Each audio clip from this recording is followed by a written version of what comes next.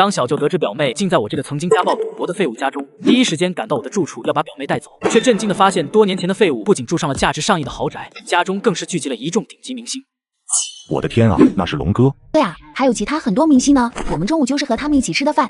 闺女，你竟然和这些大明星一起吃的午饭，那可真是太光宗耀祖了，传出去不知道多少人得羡慕死。走吧，带你进去认识认识他们。宋天瑞当即就跟着宋丽文进了别墅。这家的主人在哪儿？我们先过去打声招呼。厨房那边，你看还认不认识？此时叶枫和唐仲威正端着刚切好的水果这边走来。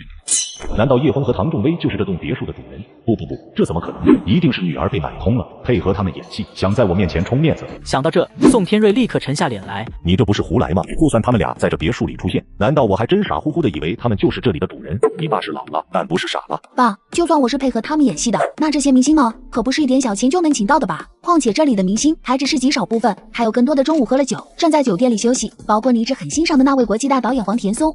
爸，你最好把心里那些猜测都暂时放下，客观一点。我觉得薇薇姐不是大姑说的那样，菲菲和小姑也知道的。是啊，我和妈都知道薇薇姐过得很好，也和大姑说过这些事，但她一直不信，觉得我们是从薇薇姐这里拿了好处，才睁着眼睛说瞎话。如果唐仲威真过得那么好，大姐干嘛不相信啊？小舅刚来吗？我都没注意。小舅，你好像瘦了呀。哎呀，一眨眼你都是孩子妈了，我又怎么可能没点变化？唐仲威有些羞涩的笑了声，然后拉着叶枫道：小舅，这是我老公叶枫，结婚的时候你见过一次，还记得吗？有点印象。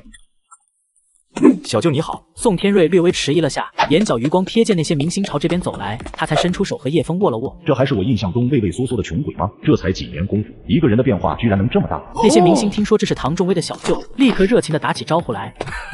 既然是叶先生的亲戚，那也是我们的朋友。宋天瑞顿觉受宠若惊，半晌才回过神问道：你们是来荣城拍戏还是？不是拍戏，是专门来参加叶先生和叶太太婚礼的，而且不光是我们，还有很多人正在酒店休息呢。请你们来参加婚礼，得不少出场费吧？我们和叶先生是好朋友，不收钱的，纯粹是作为朋友来祝贺，还得上礼钱呢。宋天瑞听得更加愕然，不收钱还要上礼？除了那些明星的亲戚外，他就没听说过这种事发生。在这些明星的刻意拉拢下，宋天瑞很快就和他们熟悉起来。2个半小时后，宋月如打来了电话，还没接到文文呢。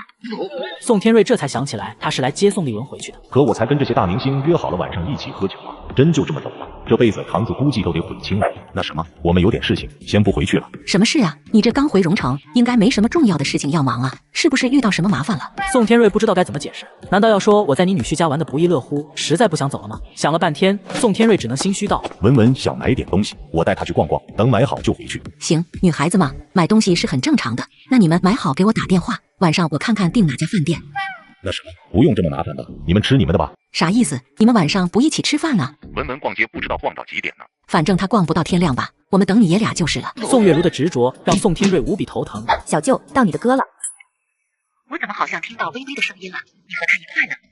啊，这个那什么，凑巧碰到了。姐，其实吧，我觉得微微和她丈夫都挺好的，你们要不然找个时间，静下心来坐一块谈谈。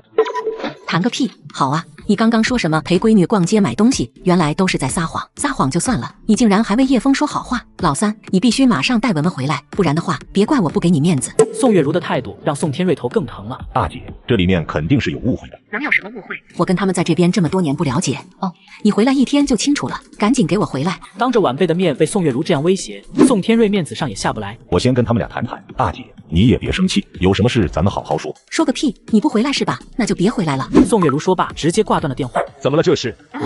宋天瑞竟然跑去找叶枫和微微了，还跟我撒谎是陪文文去买东西。这家伙真是好的不学，坏的一学一个准。而且他还说什么叶枫挺好的，让我坐下来跟他谈谈，真是脑子进水了。我觉得吧，也许他说的没什么错，都是一家人，是该坐下来好好谈谈，说不定你们会发现真跟自己想的不一样呢。你怎么也在帮叶枫说话？哦，你这话的意思是我错了，那我是不是该主动找他们道个歉，干脆磕头好了？我可没这么说啊。你是没这么说，但意思不就是这样吗？如果你觉得叶枫有错，那我需要跟他谈吗？既然要谈，那肯定就是我错了。你们要都觉得我错了，就直说，别拐弯抹角的。见他生气了，宋雨欣自己也郁闷得很，便不再说话。好了好了，人家也都是好意，一家人生什么气？既然老三想跟2个晚辈聊聊，就随他吧，毕竟他多年不回来，对这些事也不是很了解。另一边，宋天瑞也放下了心里的负担，反正已经得罪了，也不怕再得罪多一点。和这些大明星相处的机会却少之又少。半个小时后，爸，你觉得薇薇姐他们是真的假的？什么真的假的？就是他们现在的生活啊，开豪车，住豪宅，还有大明星陪着玩。我还听说表姐夫在荣城的地位相当高，那个北区项目就是他负责的。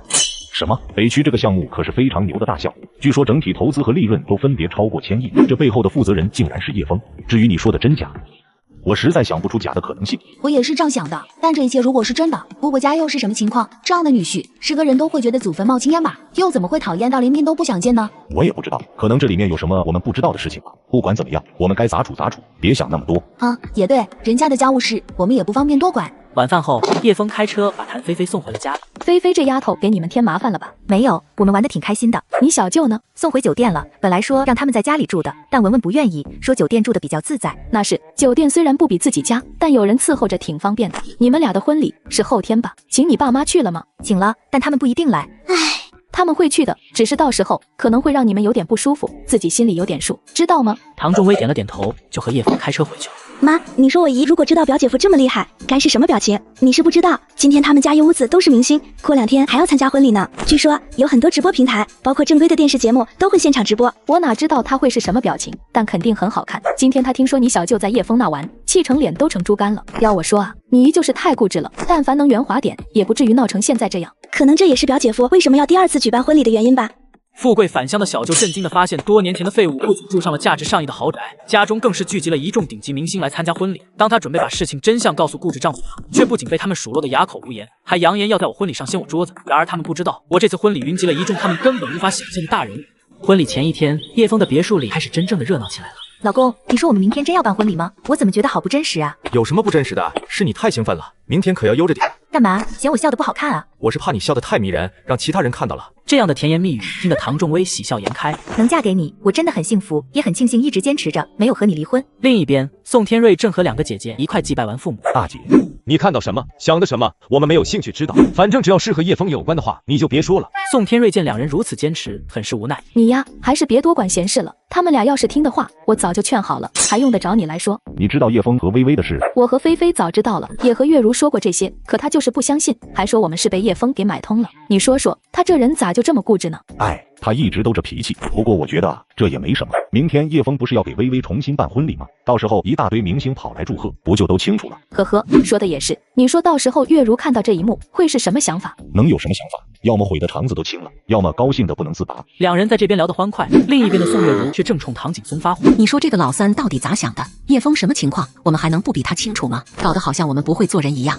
老三刚回来，又没见过叶枫几次，想法跟我们不一样，很正常。你要是不怕丢人，就直接跟他说叶枫都做过什么，我反正是无所谓。这么多年，丢脸已经丢得差不多了。你说的什么话呀？如果好意思说这些，我早就说了，还用在这里生闷气吗？那明天婚礼，你真打算掀桌子啊？当然了，他让我不痛快，我能让他痛快吗？再说了，你又不是不知道，这婚礼其实是给葛清泉办的，和他叶枫有什么关系啊？你有没有想过，万一事情不像我们想的这样呢？你觉得可能吗？呵呵，好像是不太可能。第2天凌晨4、5点钟，几个网络平台的大主播就出现在了别墅附近。这是谁家啊？我们平时可没做过这种直播婚礼现场的事，也不知道为啥非要叫我们来。就是啊，等会我们还是找个机会溜吧。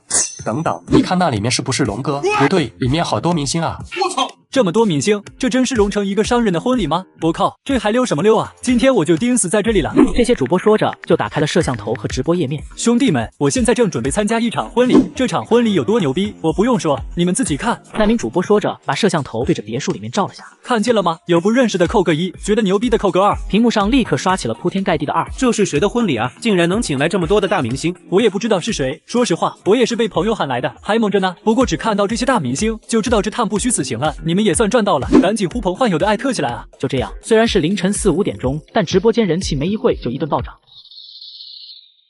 主播，我给你刷了30个保时捷，你进去和那些明星聊聊天啊！几个主播立刻往别墅靠，但刚到门口就被拦住了。叶太太正在化妆换衣服，现在不方便，请各位在门口等待片刻。等一会我会去询问叶先生，得到他的同意后，你们才能进去。看着这些5大3粗的保安，主播们也不敢随便乱闯，只能回到了别墅边上。与此同时，宋天瑞等人也都来。作为亲戚，他们理所当然的被放行。真羡慕他们可以进去啊！看到主播们满脸的崇拜，宋天瑞等人也不由得挺直了胸膛，骄傲的走进去。小舅，咦，薇薇今天看起来好漂亮啊，是不是应该重新恭喜你一次？小舅就别打趣我了。薇薇姐，你这衣服好漂亮啊，在哪买的？很贵吧？在一家婚纱定制店，不过没花钱，老板送的。赠送的，微微姐，你们还需要别人赠送吗？以你们的财力，完全可以买到全世界最好的婚纱，免费赠送的，会不会太廉价了？虽然这话没说出来，但一旁的婚纱店老板也感觉到了这个意思，立即道：虽然是送的，但这套婚纱价值最少要300-500万以上，因为它整体采用了最好的彩蚕丝，将近50名经验丰富的秀女用古老的罗编织手法，披星赶月才做好的。之所以送给叶太太，是我们想借着此婚礼打个广告，也算我们送给叶先生和叶太太的贺礼。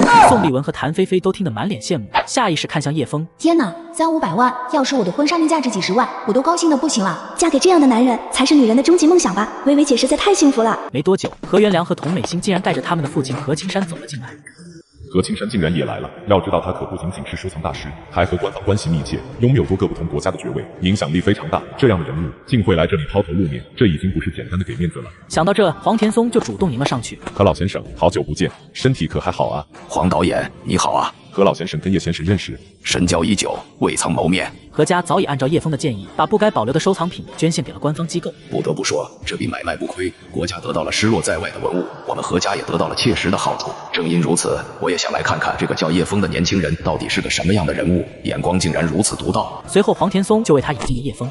叶先生先忙，我这次来会多住几天，有很多时间交流。随后，葛清泉等人也过来了。叶先生，这次婚礼准备了9辆劳斯莱斯、9辆宾利，其他的法拉利、迈凯伦之类的跑车，加起来一共99辆，全部贴了红色车模，绝对够喜庆。这怕不是有点高调了？这说的什么话？叶先生的婚礼高调一点也无妨。一直到10点，夫妻俩的妆容终于整理完毕，这才准备出门。此时，将近100辆火红色的婚礼车队已经在门口等了多时。这都是些什么样的待遇啊？这些车的价值怕是在10个亿往上吧？是啊，我结婚的时候，哪怕只有10辆同等级的车来，都能高兴死，更别说100辆了。宋天瑞也是满脸震惊，不敢置信地拉了宋雨欣一下。叶枫的影响力这么大吗？不然呢？然而让所有人惊讶的是，叶枫却默默走向自己那辆奥迪 A8，亲自为唐仲威打开了副驾驶，笑着道：“夫人，请吧。”众人一阵哄笑，唐仲威闹了个大红脸，却还是顺从的上了车。这样的动作让这些主播很是不理解。相比其他的豪车，这辆110万的奥迪车就显得不起眼了。明明有更好的车子，他为什么要选这辆？这位叶先生果然非常人，行常人所不能之事。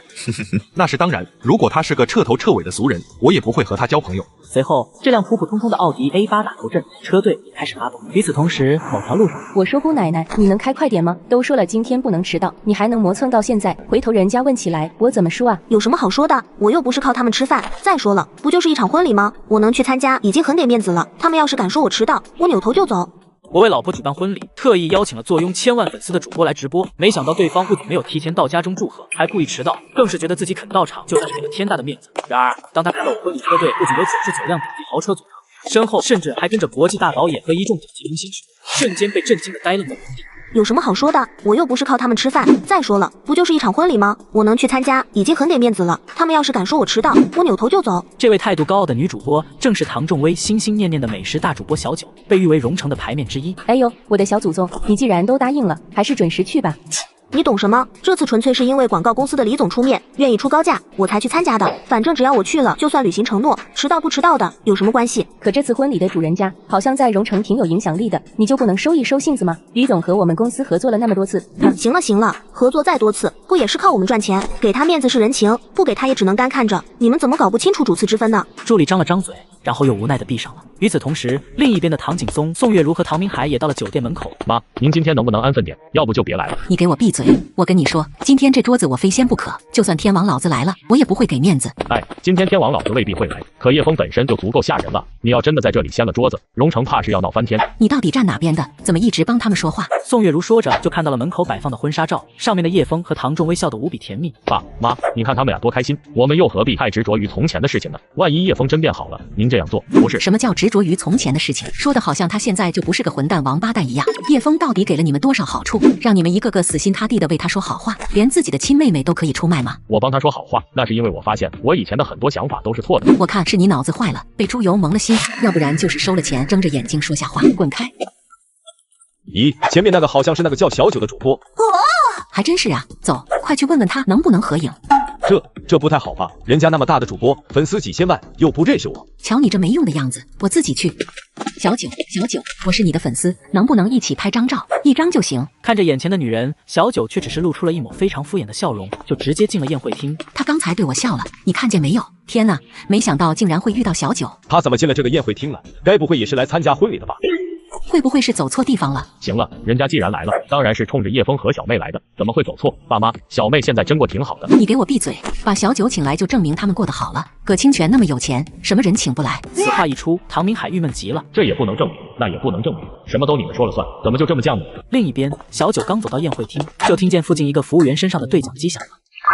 叶先生的婚礼车队到了，都打起精神来准备迎接。这里的服务员怎么这么漂亮？个个身材高挑，看起来跟模特一样。这家5星级酒店的标准这么高吗？而且你看这宴会厅的布置也非常的梦幻，一看就知道肯定花销不菲。这时酒店外传来一阵阵汽车引擎声，小九好奇地走到店门口往外看，然后就愣住了。只见一辆奥迪 A8 打着，后面浩浩荡荡跟了上百辆其他豪车，什么劳斯莱斯、宾利、法拉利、迈凯伦之类的拥有性。我的天呐，这也太牛了吧！要是我以后结婚能有这样的车队，做梦都能笑醒1年。天啊，我本来还以为这只是一个普通的荣城商人，现在看来，这绝对不是一场简单的婚礼。想到自己没有提前去对方的家中祝贺，反而差点迟到，小九心里突然有些不安和懊悔。看吧，我就说让你早点去，人家李总都说了，这场婚礼的主人是非常牛逼的。你呀你，一会人来了，可千万得客气点，就这车队，咱们可得罪不起。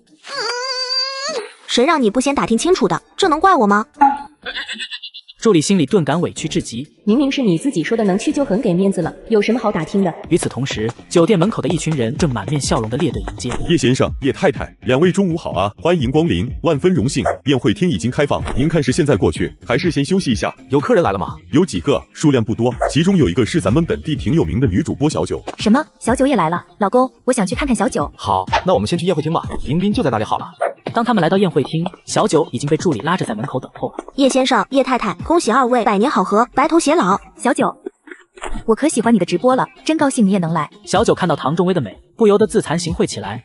快看那后面！小九转过头，只见后面又走出来一波家喻户晓的大明星。我的天，黄田松、邓子龙、秦美伦，这些大明星大导演，竟然也都是冲着这个叶先生来的吗？叶先生，这是您朋友。这位是网上很出名的主播小九，专门做美食直播的，我老婆很喜欢他。原来你就是叶太太一直挂在嘴边的小九，果然有些不同的气质。其他几人也都跟着附和了几句，这些夸赞让小九幸福的快要晕过去了。另一边宴会厅里，宋月如等人惊愕地看着这一切。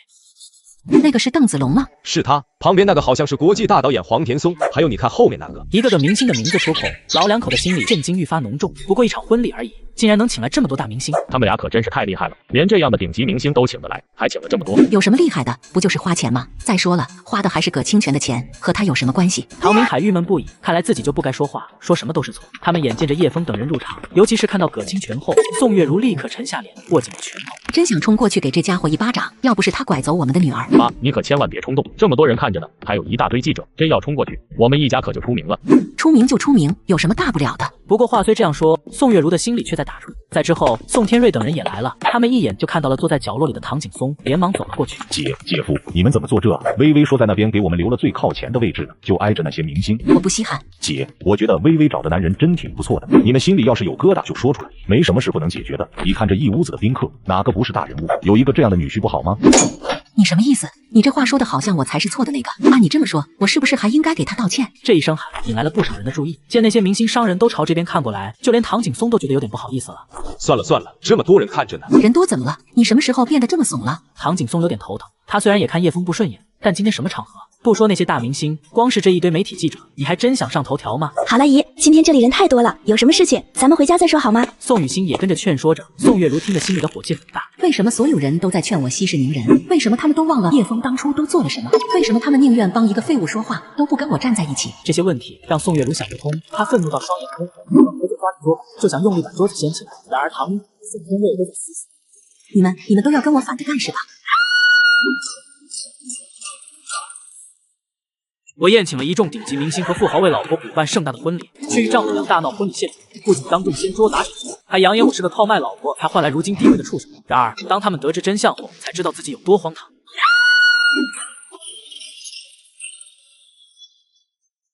这女人是谁？疯了吧？不清楚，但既然进来了，应该是叶先生认识的。不过这也太不给叶先生面子了，我看着都生气，恐怕叶先生要把他赶出去了。看什么看？我告诉你们，今天这场婚礼谁也办不成。姐，你闹够了没有？真想让我们成笑话？笑话？我们本来就是个笑话，还在乎这个？你给我滚开，不然我连你一起砸，信不信？眼看事情要闹大，唐景松也忍不住道：“你别搞了行不行？咱回家。”回什么家？我还有家吗？此时，叶枫和唐仲威也听到了这边传来的动静，他们赶紧走过来，只见那坚硬的桌面被木椅砸得坑坑洼洼。唐仲威脸色发白，他没想到父母今天确实来了，但他过来不仅没有恭喜自己过上幸福的生活，反而是用这样的方式给他送上了如此一份大礼。这样的礼物让唐仲威无法接受。你在干什么？小妹，妈只是一时想不开，她不是真的想。我就是想让你们丢人，我就要当着所有人的面让他们知道叶枫到底是多么猪狗不如的东西。叶枫，你要还是个男人，就把自己做过的好事都说出来。你有胆子说吗？妈，我之前的确做错不少事情，但现在的我已经不是从前的我了，您就不能……你放屁！你敢说自己现在的所谓成就不是靠出卖我的女儿换来的？你以为和葛清泉那点龌龊的交易没有人知道？叶枫，我这辈子做过最错误的决定就是让女儿嫁给你，你就是个人渣。和葛清泉龌龊的交易？什么交易？被点名的葛清泉也是满脸疑惑，他朝这边走过来，刚想开口，你闹够了没有？你走，现在就走，我不想在这里见到你。你怎么？你够了！从我结婚的第一天起，你们就没有祝福过我，反而期盼着我过得不好，以此证明你们才是正确的那一方。可我真过得不好的时候，你们来帮忙了吗？反而要求我立刻离婚，你们有心吗？唐景松和宋月如都有些愣神，这是他们头一回见唐仲威摔东西，那个一向性格柔弱的女儿竟然也学会了撒泼，一定是叶枫教的，对，一定是叶枫教的。你跟谁在这摔东西呢？我就跟你摔了。唐仲威气得泪流满面，浑身发抖。你们不喜欢可以不来，为什么非要在这里找麻烦？现在就走，我不想看到你们。你以为我想来？如果我不是你妈，如果不是为你好，你以为我不需要你为我好？那都是你们觉得好，你们觉得满意，是我想要的吗？出去！微微，怎么跟你妈说话？你妈今天是心情不好，可你也不能对她摔东西啊，像什么样？我不想跟你们废话了，出去！你们再不走，我就让酒店的保安把你们轰走。你这就有点过分了吧？行了，你们两口子就少说两句吧。今天人家大喜的日子，让你们闹成这样，我怎么闹了？谁让他自己不长脑子，被人卖了还帮着数钱？唐明海也实在看不下去了，硬把他往外拉。宋月如愤怒地踢他，唐明海怎么还我？好在唐景松没有再跟着一起胡闹，这才能把宋月如带到了酒店外面来。妈，你今天实在太过分了，小妹请了那么多重要的客人，你这样闹，让她的脸往哪搁？她的脸？你们光想着她丢人，怎么不想着我的脸往哪搁？算了，我真是没办法和你交流，反正砸也砸了，说那么多也没意思，回家吧。另一边的宴会厅里。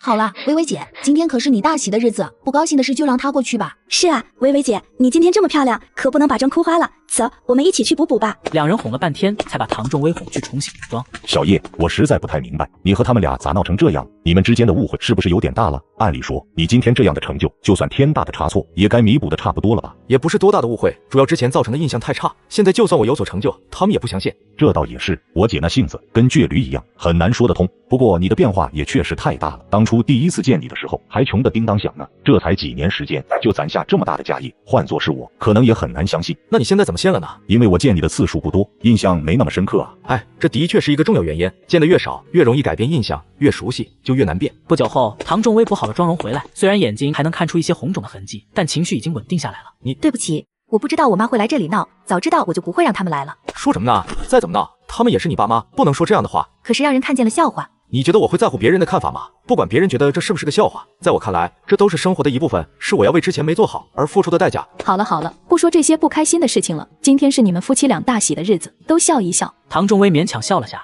他实在没什么心情了。随着后续的一些宾客进入，宴会厅逐渐坐满了人，大量的拍摄机器对准了叶枫和唐仲威，开始直播起今天的婚礼。这场婚礼是谁的？怎么这么多大博主都在直播？你们看主持人是不是那个很知名的导演黄田松啊？我的天，下面竟然还坐着一堆大明星！真的耶，这对新人什么来头？那么多明星参加婚礼，也太牛逼了吧！没见过，也没听说过，好像是荣城的人，估计是什么大人物的孩子。现在有请我们最美丽的新娘唐仲威女士入场。唐仲威缓缓走上，她的美丽在灯光的配合下更美。我的天，这也太美了，堪比顶级的女明星。哇，她身上那股子清纯的气息，比女明星还要美得多。当黄田松带领叶枫和唐仲威宣读完誓言后，诺诺就蹦蹦跳跳捧来了婚戒，然后看爸爸妈妈羞羞的亲亲。终于名正言顺了。唐仲威却是不太能理解他这句话的意思，叶枫也没有解释，他只知道自己心里的那道坎终于要迈过去了。随后，黄田松看了下别人递上来的礼品单，就开始宣读道：邓子龙先生祝贺叶先生和叶太太婚姻幸福，百年好合，送上价值100万黄金玉雕是一对。天哪，价值100万的黄金礼品，还是邓子龙送的，这随礼可不是一般的贵重啊！叶枫和唐仲威冲邓子龙微微点头示意，邓子龙也满脸笑容，毕竟能被第一个宣读礼品，他很高兴。刘东宇先生祝贺叶先生和叶太太白头偕老，子孙满堂，送上价值88万翡翠手镯一只。紧接着，一个又一个一线明星的名字被念出来，屏幕前的观众也从最开始的惊讶，到后来已经听得快麻木了。另一边的唐明海此时也接到了广告公司老板的电话。明海，我到现场了，你在哪呢？我怎么没找到你？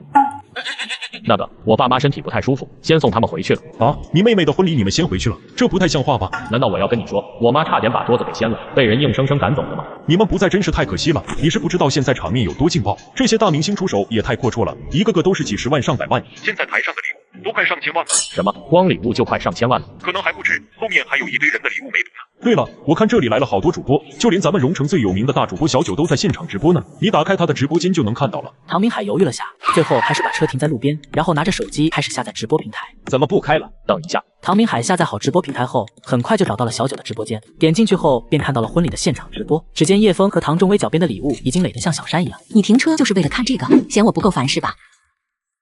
我宴请了一众顶级明星和富豪为老婆补办盛大的婚礼，去丈母娘大闹婚礼现场，不仅当众掀桌砸酒桌，还扬言我是个靠卖老婆才换来如今地位的畜生。然而，当他们得知真相后，才知道自己有多荒唐。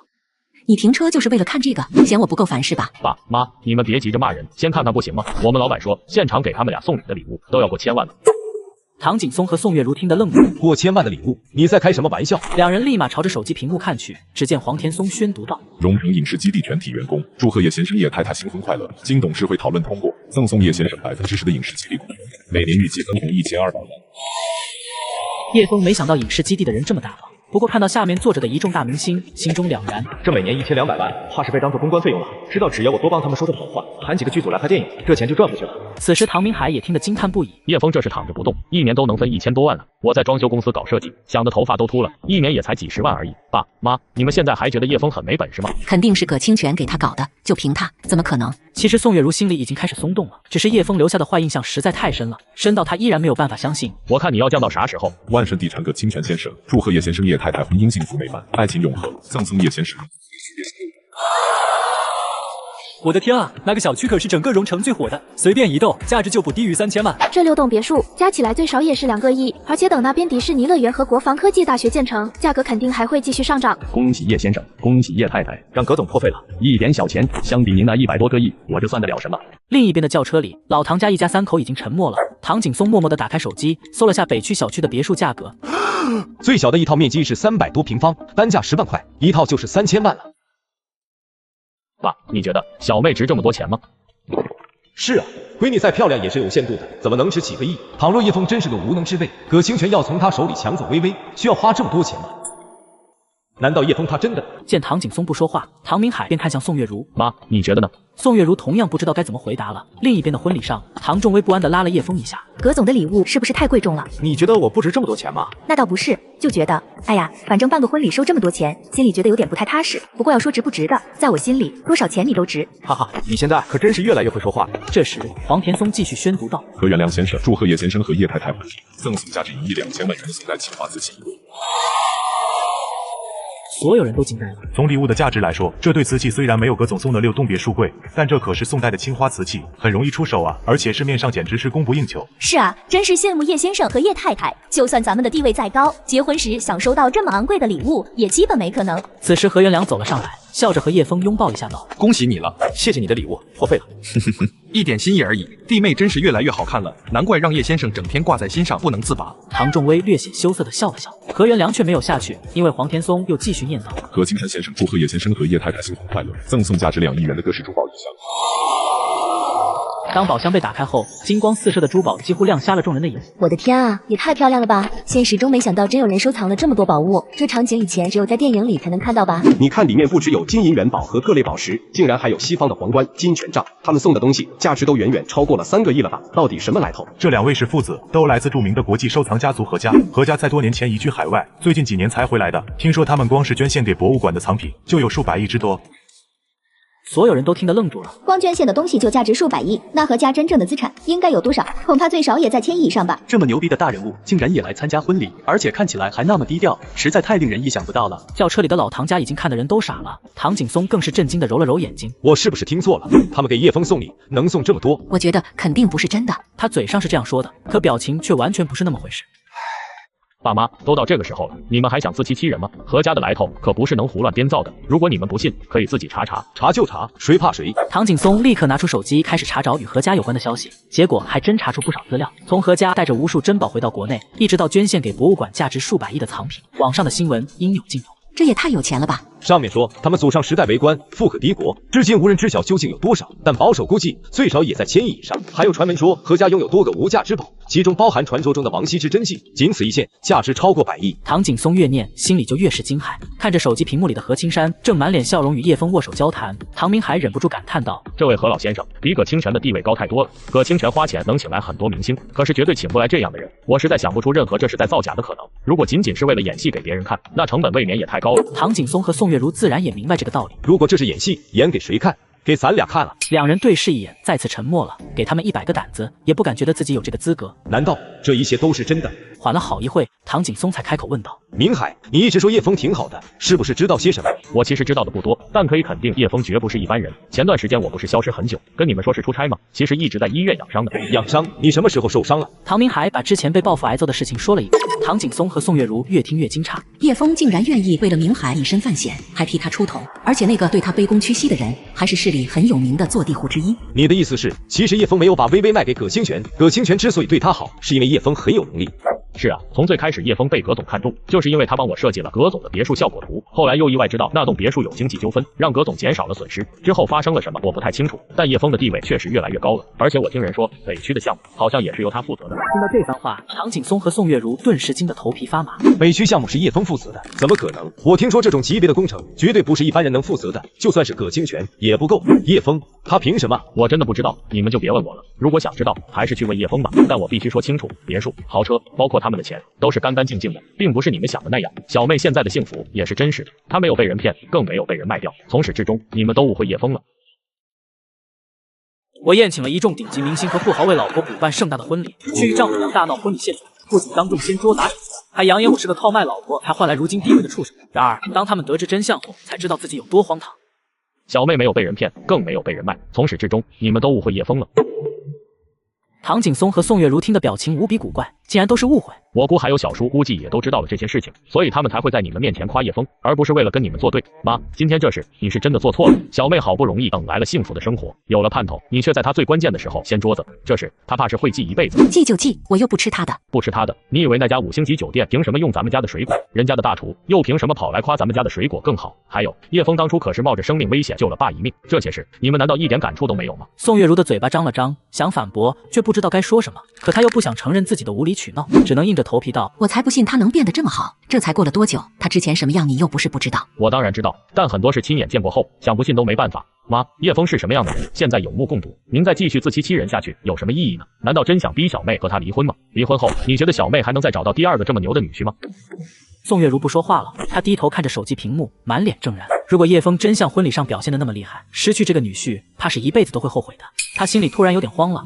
你信吗？唐景松没有立刻回答，过了会才道：“我也在想。说起来，他最近表现的确挺不错的。上次我跑去厂房闹着要跳楼，还是他把我救下来的，不然那时我骑虎难下，真不知道会发生什么。而且我们现在对他各种为难，他也从没反呛过。换做以前，早蹦起来跟我们吵了，真跟换了个人似的。”其实唐景松是想说他信，但他不好意思说出口，觉得面子上下不来。看着直播里唐仲威满脸幸福的笑容，再看看叶枫在面对那些大明星时的淡定从容，宋月如有些恍惚。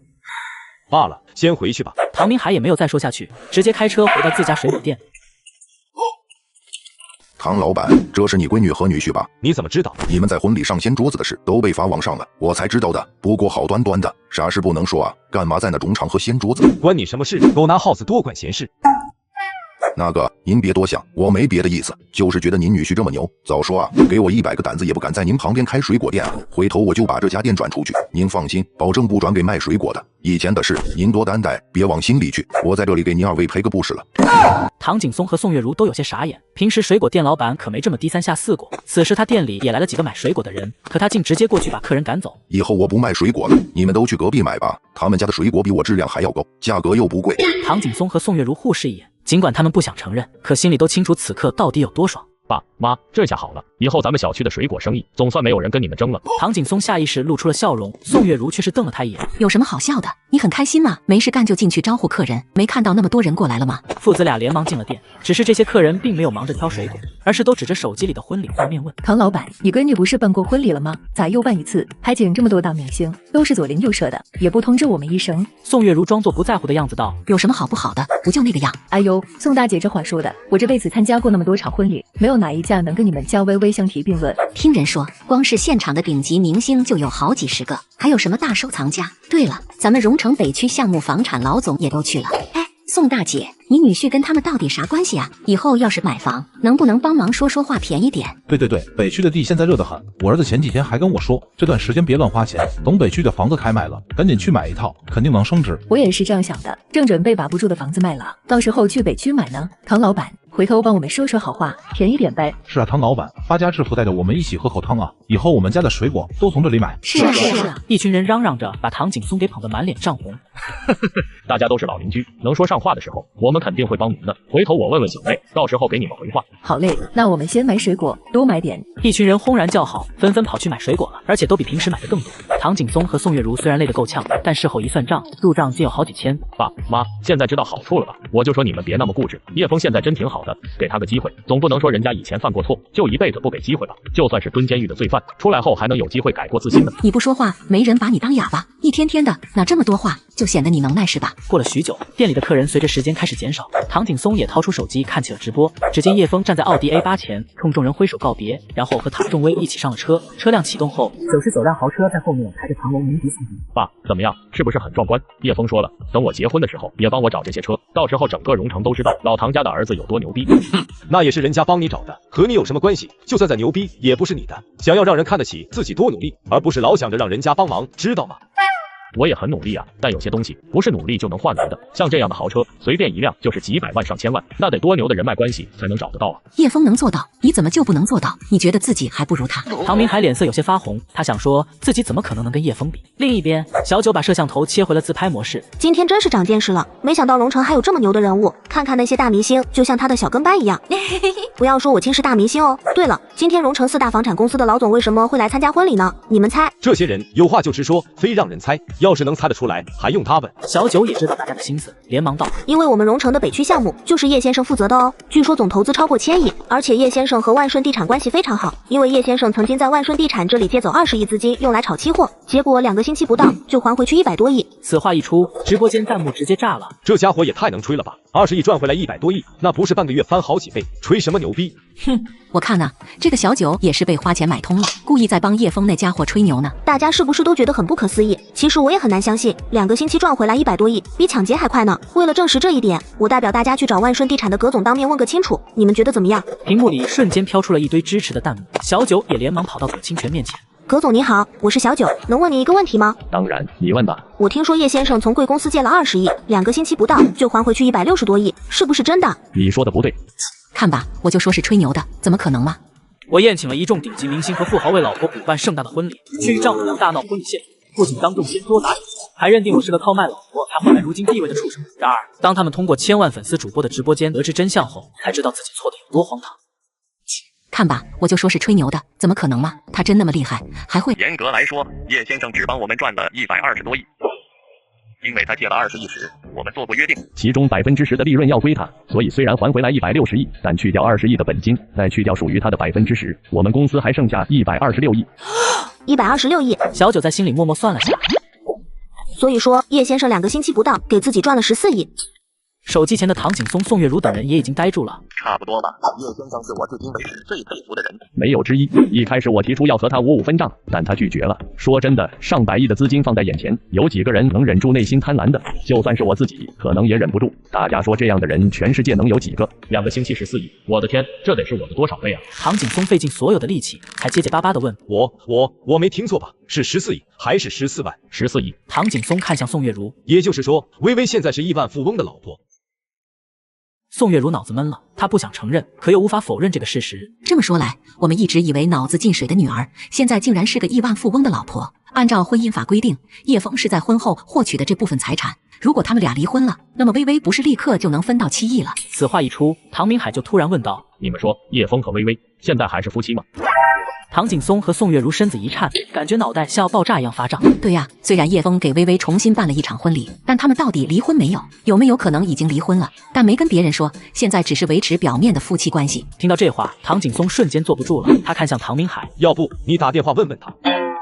怎么问？问他们俩离婚了没有？那笔钱还能不能分到？微微不骂死我才怪！看到父母脸上的不安，唐明海叹口气道：“早知今日，何必当初？我早说过小妹有自己的生活，我们不该干涉太多，你们就是不听。怎么现在知道怕了？知道后悔了？万一他俩真的离婚了，你说说小妹损失得多大？”换成以前，唐景松早就跳起来抽唐明海嘴巴子了，可现在他只能结结巴巴的道：“我也不知道那小子有这样的本事啊。”此时宋月如也无比后悔今天掀桌子的行为。完了，我今天这桌子一掀，万一让他们俩的感情彻底破裂，吵架了，甚至打起来怎么办？还有我以后怎么跟叶枫相处啊？想想以后见面的场景，他就感觉尴尬到无地自容。唐明海却摇摇头道：“其实你们也不用紧张，我觉得叶枫并不是小心眼的人。虽然他以前喜欢跟我们对呛，但大概率是心里不服，觉得我们看清了他。不过人家那么有本事，却被我们轻视，谁能高兴啊？如果他真是个小心眼，当初就不会去救爸，更不会给爸几十万用来安慰了。”等会儿，这么说来，他当初给的几十万也是他自己赚来的钱。当然啊，不然呢？你以为是葛清泉给叶枫的脏钱啊？我还一直觉得那是叶枫卖老婆得来的，所以后来就让你拿去还给他了。对了，那些钱呢？你还给他了？唐明海一个机灵，赶紧强装镇定的道：“没有，他不愿意要，让我先留着，等以后你们有需要的时候再拿出来。”那就好，那就好。此时直播间里的小九又疑惑道：“听说叶先生是北区项目的实际负责人？”没有错，叶先生的确是北区项目的负责人。当初从地块的选择到项目的规划，再到目前的实施、盯控、监督，都是由他来负责的。我们4家房产公司其实只是充当工具人的角色。天啊，原来叶先生这么厉害，真是人不可貌相，海水不可斗量。你的意思是说叶先生长得不帅吗？我可不是这个意思，叶先生还是挺帅的，可惜已经结婚了。听着手机里传出来的对话，唐景松和宋月如忽然觉得两条腿都有些发软。那么大的项目，竟然真是叶枫负责的。也就是说，这个被我们骂了好几年的废物，不但拥有10数亿财富，更是千亿级项目的实际负责人。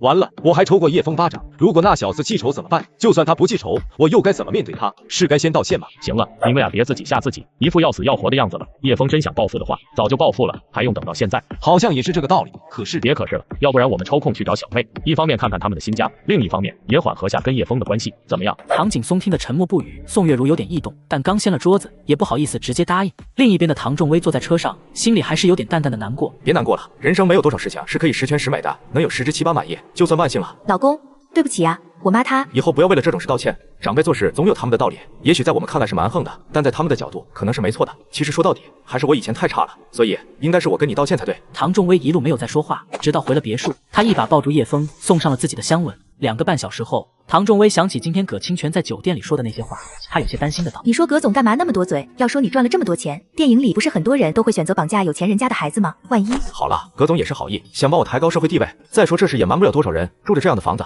就算他不说，难道别人会觉得我们很穷吗？你也不用想那么多，回头我去物色个合格的保镖，每天负责接送诺诺上下学好了。行吧。这时候叶枫的手机响了起来，发现是唐明海打来的电话。我去接个电话。好。妹夫，爸妈这边已经大致相信了你的成就，可能他们最近会来串个门，希望你不要介意啊。大哥，你这话就有点见外了，你又不是不知道，我比微微还想请他们来家里呢，又怎么会介意？嘿嘿，我就知道妹夫不是那种小心眼的人。不过我妈她的确做的有点过分，我在这儿替她跟你道歉了。她这人性子直，自尊心又强，有时候拉不下脸面。没关系，别人的100个看法也比不过家人的一个眼神，孰轻孰重，我还是能分清的。你们来的时候提前说一声，到时候我买点菜，多做点吃的。行，没问题。听见了吧？我就说叶枫没这么小心眼的，人家胸怀宽着呢。嘿嘿，我也没说他小心眼，这不是担心吗？我先说好，最近几天我有事，可不会往他那跑，回头让人知道了，还以为我知道女婿有钱，上赶着去巴结他呢。刚才还一脸的担心，现在转眼间就变了，让唐明海哭笑不得。所谓的怕人家笑话，还不如说是你自己的自尊心受不了。不过什么时候去都成，反正也不急于这一时。第2天，叶枫来到了荣城一家非常专业的保镖公司。还是叶先生出手大方，100万请几个保镖，像您这么爽快的人还真不多见。钱不是问题，但是保镖一定要给我安排最专业的。您放心，能让您掏这份钱的保镖，绝对是行业里顶尖的存在。一会签完合同，我们就立马给您安排人手过去。行。救我！我们被绑架了。叶先生，兄弟几个实在太缺钱了，想从你的借点，无奈之下才请了地位和侄女来玩玩，希望你不要介意了。地产老总为抬高我的社会地位，竟在100万直播间爆出我2周赚了10几亿，不成想这个无心之举却让我老婆孩子隔天就被绑架了，并被勒索1亿现金，却不知绑匪即将为自己愚蠢的行为付出惨痛的代价。叶先生，兄弟几个实在太缺钱了，想从你这借点，无奈之下才请了弟妹和侄女来玩玩，希望你不要介意啊。叶枫没想到唐仲威刚担心的事情竟然真的就发生了。兄弟，钱的事情好商量，你先保证他们俩的安全，什么都可以谈。叶先生果然是个爱理会的人，既然你这么爽口，我也不啰嗦，1个亿换你老婆孩子的命，应该不算贵吧？不贵，你们想要钱我可以给，但我必须能随时确定他们是安全的，否则的话，这1个亿只会拿去买你们的命。不要说我威胁你们，人死了对我来说就没有任何意义，只会给我带来仇恨。人活着，你们拿钱走人。叶先生真是不爽快，我保证弟妹娘俩不会有任何生命之忧。但如果你报了警，那对不起，可能你就得等着收骨灰盒了。放心，我不会报警。 1个亿，不要现金，不要支票，我会给你一个账号，把钱打进去，然后给你老婆孩子的地址。好，叶先生，有什么麻烦吗？你们公司有多少人？您是说专业保镖吗？特级保镖职称的有3人，1级职称10人，2级职称34人，3级职称就比较多了，50、60个。2000万，所有人暂时都归我指挥，告诉他们可能会有危险，如果有害怕的最好提前滚蛋，否则让我知道消极怠工、阴奉阳违，我一定让他生不如死。 经理听得愣住，要知道2000万的交易几乎能把他们公司买下来了。叶先生，我需要知道任务是什么？任务很简单，有几个王八蛋绑了我老婆孩子，我要他们这辈子都做不了人。谁那么没脑子，敢做这事，我这就去集齐所有人。经理也不敢耽搁，赶紧把公司老板喊来。叶先生，我都听说了，您放心，无论您有任何吩咐，只要不是违法犯罪的事情，我们保证完全配合。哼，所以我的吩咐你会考虑，有可能拒绝是吧？也不完全是这个意思，我们肯定是以雇主的要求为前提去考虑事情嘛，只不过人都齐了吗？ 能喊来的都来了。叶枫往前几步，沉声道：“我不想说废话，不管他给你们开多少工资，我现在出1个亿，你们自己分，但你们只能听我的，不要考虑任何事情。如果出了问题，我会负责善后，并且这事后我会按市场价继续聘用你们。现在愿意跟我走的站过来，不愿意的留在原地。” 叶先生，您这样做不太好吧？我都说了，凡事都可以商量，只要不违法犯罪，我都可以。你1个月拿多少钱？底薪1万5，加上提成，大概5、6万左右。我每个月给你15万，负责管理他们，做得好，年底有额外奖金。支付宝到账500万元。 经理不敢置信地看向叶枫，这500万是您转给我的，先预付你3年的工资，如果觉得不够，我可以再加。看着银行卡里的余额，经理二话不说，直接站在叶枫身边。叶先生是个非常好的老板，我希望你们能认清事实，跟一个对的人走。保镖们顿时疯狂了，我愿意跟叶先生一起走，我也愿意。 还有我，有1个人带头，其他人也都有样学样，很快便有一大半站在了叶枫身边。老板被这情况气得脸色铁青。你们还有没有良心？狼心狗肺的东西！叶先生，你这样挖我墙角，就不怕天打雷劈？拿钱砸人，这不是人干的事。走，几十位保镖立马跟着叶枫离开了，还剩下的人你看看我，我看看你，又有几人快步跑出去。 看什么看？也想去啊！你们这群白眼狼，平常好吃好喝供着你们，现在几个保镖听着老板的怒骂，心里忽然有些后悔。等等，叶先生，我们也愿意跟您走。紧接着又有几人追了过去，老板差点没被气晕过去。此时门外的叶枫看着旁边的经理，荣城最厉害的地下势力是谁？是一个外号叫老 K 的人。这人早些年什么生意都干，荣城一大半打架斗殴的事都是他的人干的。这些年严打才有所收敛，虽然表面上做起了娱乐和餐饮生意，但其实私底下仍然带着一身匪气。带我去找老 K。叶先生，您该不会怀疑是老 K 绑了您的老婆孩子吧？说实话，我觉得可能性不大。老 K 那人虽无恶不作，但还算是个爷们，从不干这种欺负弱小的事，也不让手下人干，觉得丢人。我没说是他绑的，只是让你带我去找他，让他派人出去帮我查探下情况。叶先生，这恐怕不太行吧？老 K 这人虽然近些年不怎么搞事，但也绝不是随随便便听人话的。您该不会觉得就我们这180人就能逼他就范吧？只要给他时间，他随时能喊来几百个专业打手。怎么，你怕了？如果怕了，现在就可以离开。不是怕，而是明知不可为而为之，实在不是明智之举啊！我需要的是你管理这些人，不是让你来教我做事的。经理看出他的不喜，犹豫片刻后叹气道：“叶先生，实在对不住，您这份工作我恐怕难以胜任。1个月10几万的工资的确很吸引人，但也得有命花才行。您那500万，我给您转回去吧。”叶枫也不拒绝。等经理把钱转回来后，对那些保镖们道：“还是那句话，愿意的跟我走，不愿意的就留在原地。”众多保镖互相看了看，有几人似乎明白其中的厉害，没有动弹，但绝大多数人还是跟着叶枫走了。经理，你觉得这位叶先生能成功吗？成功个屁！老 K 是什么人，你们又不是不清楚。就咱们这些人，根本不够资格跟人家玩。我看啊，这位叶先生是病急乱投医，估计用不了多久，他自己就后悔了。后悔也没用，以老 K 的性格，肯定要给他个教训。也不一定吧，这叶先生好像挺有本事的。昨天的婚礼风光得很，好多大明星都来捧场了，光收礼物就收了几个亿呢。钱对我们来说很重要，但对这些人来说重要吗？他就算是北区项目的负责人又怎么样？了不起是个房产商罢了，被老 K 揍过的房产商还少吗？其他人一想，也的确是这个道理，就是可惜那么高的工资了。另一边，叶枫就带着一大群保镖来到了老 K 的公司。你们是干什么的？我来找你们老板谈事情。保安看了看后面一堆个个浑身透露着精悍气息的保镖，也不敢随意放行，直到请在这里等待，老板愿不愿意见你们还不知道，那就让人通知他，说我叶枫要见他。保安也不敢把事情闹得太僵，就走到一边拿起电话拨了出去。另一边的老 K 听到秘书的汇报，也是有些意外。叶枫这个人好像最近挺出风头的。切，出不出风头和我有什么关系？非亲非故的突然跑来找我，他算哪根葱？告诉地下的人，不准这家伙上来。老三，喊点人过来。旁边那人点点头，拿出手机拨出去。带200人来公司。这边保安等到了上级的消息，就走过来对叶枫道：“不好意思，我们老板不愿意见你们，你们还是回去吧。”叶枫眉头微皱，他是看中了老 K 在荣城的地下影响力，可老 K 显然不愿意见他，但这个结果也在他的预料之内。给我打上去！地产老总为抬高我的社会地位，竟在100万直播间爆出我2周赚了10几亿，不成想这个无心之举却让我老婆孩子隔天就被绑架了，并被勒索1亿现金。为此我带上几10名保镖，找上本市最大的黑道势力帮忙全程寻找，不料却被拒之门外。给我打上去！你们竟敢来公司找麻烦，不知道老板是谁吗？然而叶枫根本不理他，直接来到了顶楼。老 K 在哪个房间？你们是什么人？要干什么？哪这么多废话？老 K 在哪？不说老子弄死你！别打我，就在最里面那间。老 K 看着闯进来的这群人，不由脸色发沉。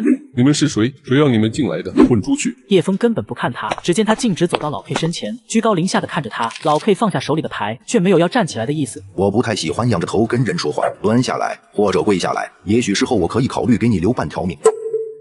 我也不喜欢仰视别人，所以你要么站起来，要么坐着，都可以。但你最好听清楚我说的话，派出你所有的人帮我找一对母女，找到他们，我会向你道歉，并支付一笔可观的酬劳。如果我不做呢？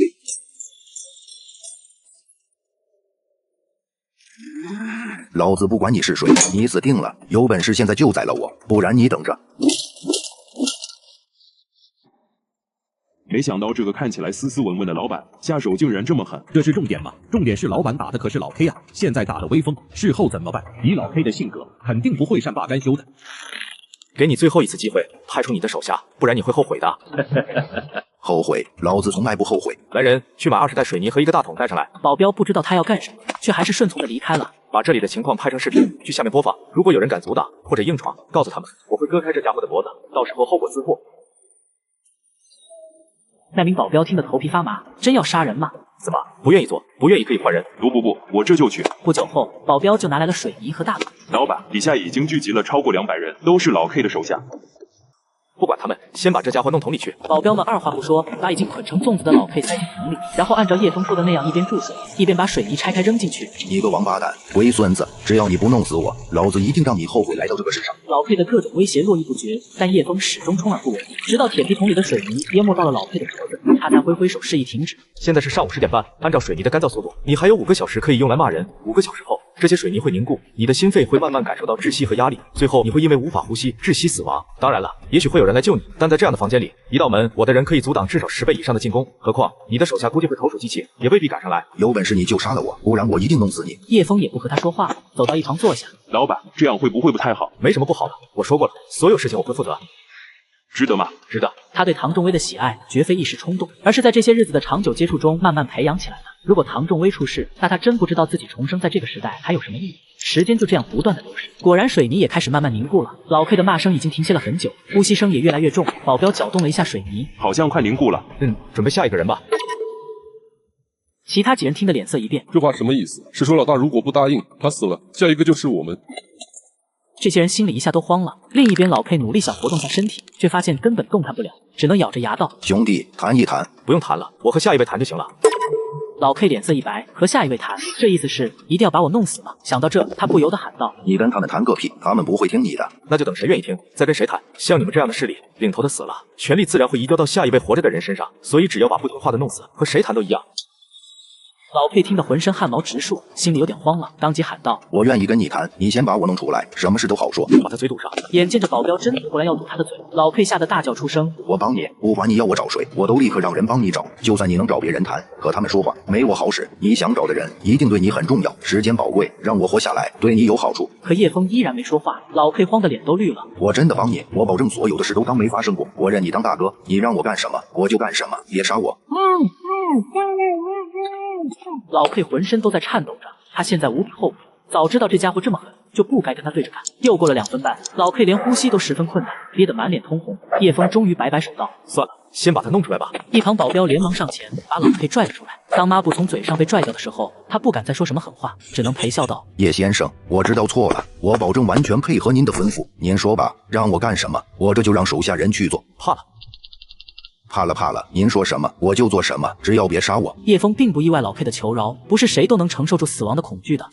这是我的老婆孩子，被不知名的人绑架了，让你的人在全城进行搜索，但不要声张，就当逛街了。如果被那些绑匪发现了，导致我老婆孩子出了意外，他们什么结果？我保证你比他们要惨10倍100倍。老 K 连忙点头，慌忙给几个手下布置任务。我们这就带人去办。记住了，不要声张，不要让人看出来。几个拜把子兄弟连忙离开办公室，关上门后，他们才吐出一口长长的浊气。真要按他说的去做，不然呢？老大还被他捏着呢，不办等于让大哥去死。还是别想其他的了，这个人不好惹，真把他逼急了，咱们也得遭殃。再说他只为了救老婆孩子，又不是真要对付我们，没必要节外生枝。这话在理。说起来，这家伙真是我见过的人里最吓人的一个了，不怕你们笑话。刚才我看到他的眼神，浑身都起鸡皮疙瘩。我也是这感觉。昨天在视频里看他结婚，也没那么可怕啊，怎么一眨眼就跟杀人魔王似的？不知道的还以为他是连环杀人犯呢。这可说不准，万一他真的是呢？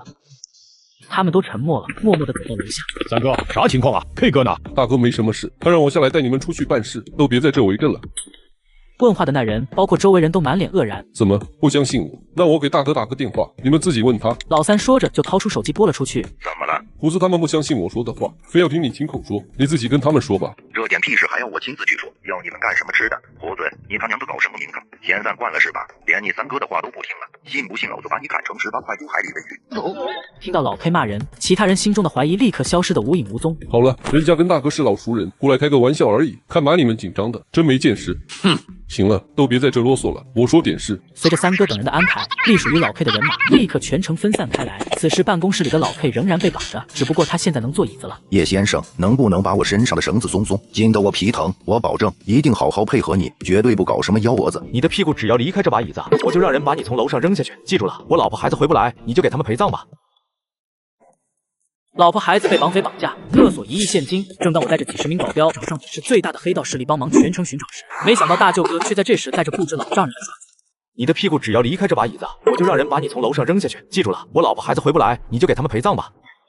老 K 听得头皮发麻，在心里直骂娘：妈的，这人果然是个疯子！那几个绑匪怎么也那么不长眼，绑谁的老婆孩子不好，非绑这么个疯子的。与此同时，唐明海也陪唐景松、宋月如来到了叶枫的别墅门口。我的天，这么豪华的别墅，你确定他们俩住在这里？你要说是世界首富住在这，我都不会怀疑了。是啊，他们该不会是租了这么一栋别墅，用来充脸面的吧？想什么呢？叶枫光婚礼上收礼就收了几个亿，而且还不到2个星期就赚回来100多亿，自己到手的也有10几亿。这栋别墅虽然很值钱，但当初他买的时候可没那么贵，好像才几百万而已。整个别墅的设计是叶枫亲自搞定的，这绝对不会有假。唐明海说完，便直接上前按了几下门铃，却没有回应。附近巡视的保安看到这一幕，便走过来道：唐先生，叶先生和叶太太很早就出门了，还没有回来，您还是直接电话联系他们吧。唐明海点点头，这服务也太好了吧！不光对业主恭敬，连业主的亲戚朋友都这般热情。是啊，就咱们那小区的保安，平日里没事的时候还能打个招呼，真遇到什么事找他们，拽得跟个大爷似的。唐明海则是拿出手机给叶枫拨了过去。妹夫，你们什么时候回来啊？我带爸妈来家里做客了。唐明海本以为叶枫会很热情的回应，可叶枫却直接道：不好意思啊，大哥，我这边有点急事，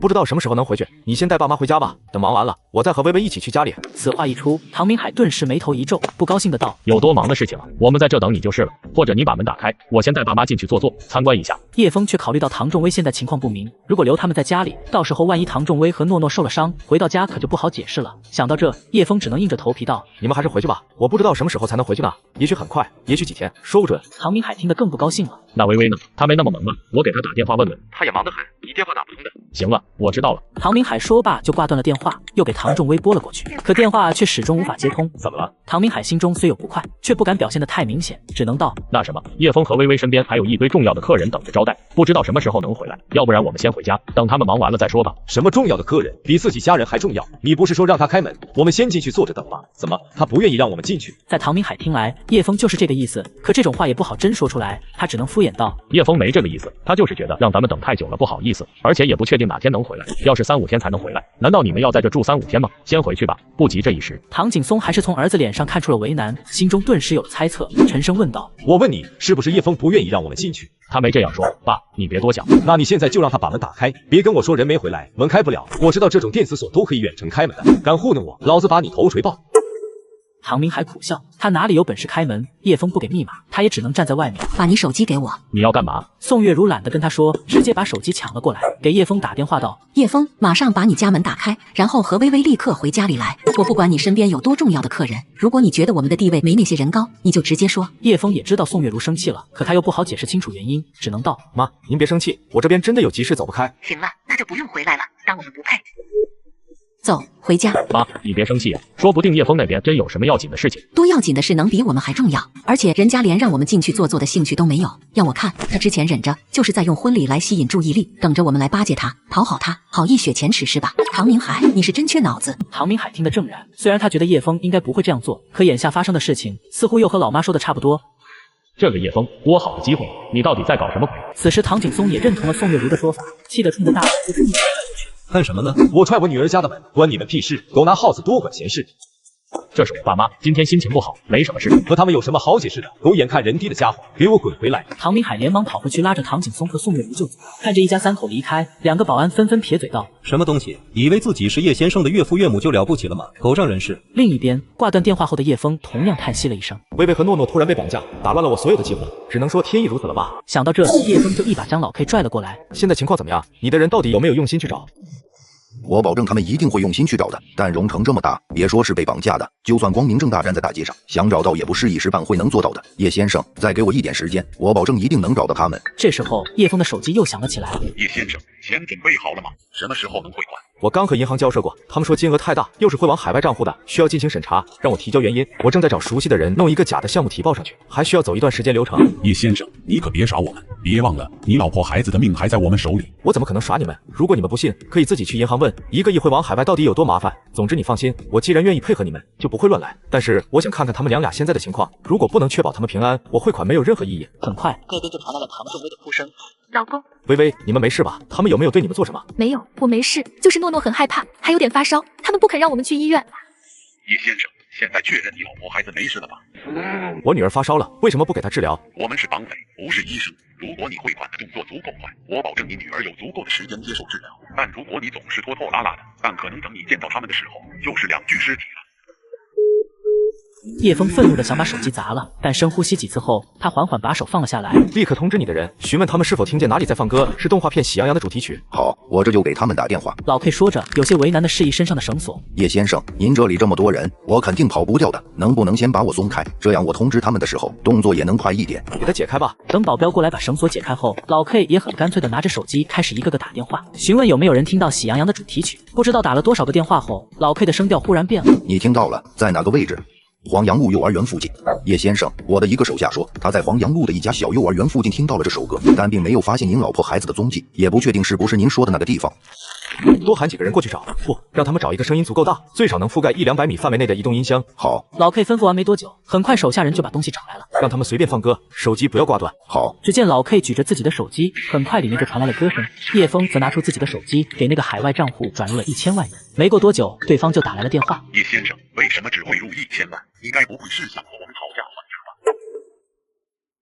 地产老总为抬高我的社会地位，竟在100万直播间爆出我2周赚了10几亿，不成想这个无心之举，却让我老婆孩子隔天就被绑架了，并被勒索上亿赎金。为此，我怒砸1亿现金，雇佣几10名保镖，找上本市最大的黑道势力老大，并用酷刑逼利奇帮我全程锁证。叶先生，为什么只汇入1000万？你该不会是想和我们讨价还价吧？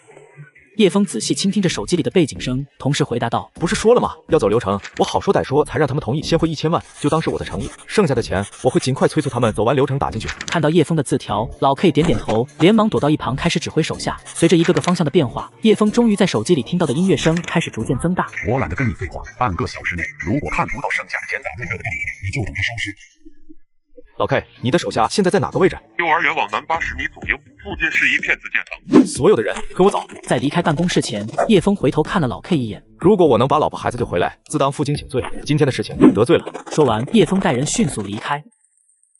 K 哥，你没事吧？没什么事。我看他们好像都下去了，我现在就让人把他们拦住。等一下，怎么了？我们的人在下面最少有200-300个，随时还能再叫来更多人，不怕他们的。我不是怕他们，从混迹社会开始，我还没吃过这么大的亏。不过这小子也算有胆识，就这么宰了他，总觉得不太划算。他说了，如果能救回老婆孩子，会回来找我负荆请罪。K 哥，这种话怎么能信？他万一不回来呢？不回来，那大概是他老婆孩子都死了。这个男人很有意思，我是真的很想知道，如果这个昨天大出风头的男人能把老婆孩子救回来，到时候会怎么跟我请罪，让所有兄弟都去那边等着。如果看到他需要帮忙，就帮他一把。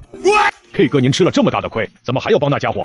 哼，你们懂个屁！做人做事眼光放长远点。等叶枫赶到了目的地，老 K 的手下连忙过来。叶先生，就是那一片自建房，我们的人都在附近，还没有过去。不过我们找了附近的人询问，哪里有房子是最近租出去的，目前确定了这几家。叶枫看着对方画的简易图纸，然后点头道：“你们做的很不错，这个人情我记下了。接下来我来勾引他们说话，你们在这几家每一户窗户下安排一个人，看看从哪里发出的声音。”好。随后，叶枫又给那个海外账户汇入了3000万。没过几分钟，电话就打过来了。叶先生，好像还是不太够啊，留给你的时间已经不多了，你最好动作麻利点。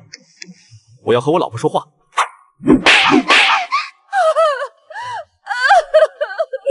你们在干什么？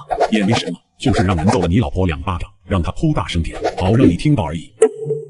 叶枫深吸一口气，强忍着自己的愤怒道：“你们没有必要这样做，我没有报警，而是老老实实给你们打钱。如果还要折磨他们，是不是太不讲道义了？”少他妈废话，总之还有10分钟了，剩下6000万，如果我看你就等着收尸吧。男人说完又挂断了电话。好在其中一个保镖跑回来道：“已经找到对方的藏匿地点了，我大致看了眼，您的老婆孩子都被关在厨房里，那里有一个人负责把守，还有至少3人在客厅的位置。”放火，把那处房子给点了。如果他们出来，立刻给我打。保镖点点头，立刻找到一大堆柴火堆在房屋附近，然后点燃。刹那间，火焰冲天，迅速把整个房子围拢。很快，里面就有人抱着诺诺或者唐仲威从屋子里冲出来。给我打！就在众人冲过去阻止诺诺时，黄匪眼看局势不妙，立即抓住了唐仲威。妈的，跟老子玩心眼是吧？都不许动，再动我就杀了他。叶枫深吸一口气，尽量沉稳道：“你冷静点，有话好好说。钱我已经打过去了，不要伤害他。”叶枫说着，就不着痕迹的慢慢靠近绑匪。别废话，再往前一步，我就……你冷静点，我不会动，我就站在这里，你要什么我都答应，只要放了他。空气似乎都凝固了，双方陷入短暂的对峙。只见叶枫暗中打了个手势：“我劝你们最好别耍花招，不然我就先割断他的喉咙。”就是现在。老公，没事了，没事了，我在这，你的脸还疼吗？对不起，是我让你受苦了。唐仲威微微摇头，依偎在他怀中，泪水却模糊了双眼。叶枫安慰了好一会儿，才把他们转移到安全的地点。别怕，我马上就回来。叶枫说完就转身走到了几个被五花大绑的绑匪面前。叶枫，你个王八蛋，敢骗我们！真是可笑，敢动我叶枫的老婆孩子，你们怕是不知道死字怎么写。叶先生，这几个人怎么办？送去警局吗？叶枫没有回答，走到他们面前。刚才是谁打的我老婆？他们低着头，不敢吭声。说。不是我打的。那是谁？那人犹豫着没有回答，只是眼神不由瞥向了最末尾的地人。是我打的又如何？你呢？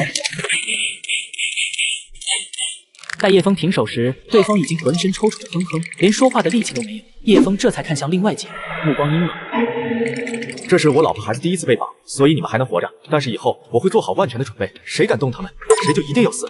叶先生，我们可以帮忙做些什么吗？去查他们的底细，但凡能增加他们罪行的事，全都给我挖出来。另一边的老 K 此时也得到了叶枫成功的消息，真是个牛逼的人物，这份冷静，就算是我年轻时也做不到。哥，你咋还替他说好话呢？这家伙办完事不回来，肯定是想溜了。我派人去把他弄回来。他身边几10个保镖，你得去多少人才能把他弄回来？真要把事情搞大了，你觉得我能有好果子吃？那他要真不回来呢？不回来就不回来呗。我就说你们满脑子肌肉，都什么年代了？这年头利益才是最重要的。咱们这些人一个个过去谁没干点违法乱纪的事？以后要是被人翻旧账，跑得掉吗？你们以为我想忍气吞声？我不想搞他。您的意思是，他对我们有帮助？要不说你是猪脑子，你们仔细想想，这家伙结个婚，去了多少有头有脸的人物？北区项目虽然看起来只是个正常的房地产项目，但这家伙背后已经得到了上面的支持。如果我们和他搭上关系，以后想给我们翻旧账，是不是得考虑一下对他的影响？没错，我们要是跟他关系很好，以后想搞我们，就会有人说叶枫的朋友怎么还会有这种人？于公于私，他都得帮我们一把。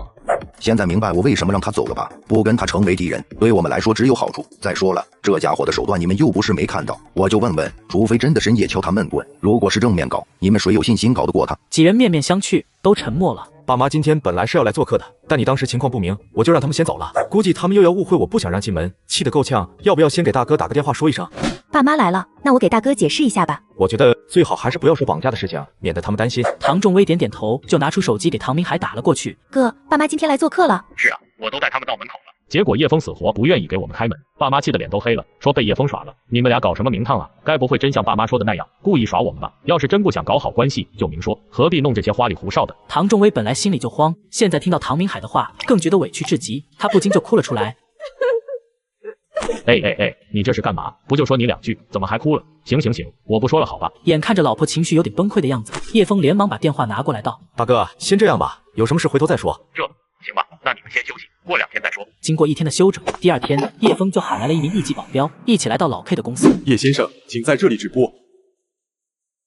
为救被绑架的老婆孩子，我不顾后果，怒砸1亿现金，雇佣几10名保镖，找上了本市最大的黑道势力老大，用父母逼迫其帮我寻找。待我救完妻女后，却不得不主动上门为之前的鲁莽行为承担相应的后果。请在这里直播。叶先生，我护送您先出去。没事，告诉老 K， 我来还他的人情。几名保安互相看了看，那你也不能立刻进去，必须在门口等着。如果老板要见你再说。好。叶枫老老实实在门口等着。没过多久，那名保安就回来了。老板让你上去，不过只能你一个人上去。不行，我是叶先生的保镖。我不管你是保镖还是保姆，不行就是不行。如果你要打，我们就陪你练。没事，你在这等着吧，我自己上去就行了。很快，叶枫就来到了老 K 的办公室。老 K， 我来还你的人情，昨天实在不好意思了，事急从权，没有办法。老三面色不善地提起旁边的球棍，朝叶枫走来。小子，你胆子倒是挺大。老三，大哥，行了，别小肚鸡肠的，让人看笑话。待老三不情愿地退下后，老 K 才看向叶枫道：“你倒是有点胆子，做了那样的事情，今天还敢一个人来找我，就不怕我弄死你？”如果你有这个想法，我未必能把老婆孩子救出来。而且我既然来了，自然就做好了心理准备。对你有无理之处，你想报复我实属正常。但我还是想说，能不动手尽量别动手，因为不动手代表我欠你一个人情。这个人情远远比你打我一顿要有用的多。笑话，你以为自己在荣城搞了个什么北区项目就很了不起吗？我们又不是靠你混饭吃。您是不是不太清楚我在荣城的地位？清楚，荣城的地下势力，你占了最少80%，算得上土皇帝。那你觉得我拿你的人情有什么用？虽然你现在看起来很风光，但我可以肯定，如果没有我的人情，数十年之后，荣城不会再有你的名字。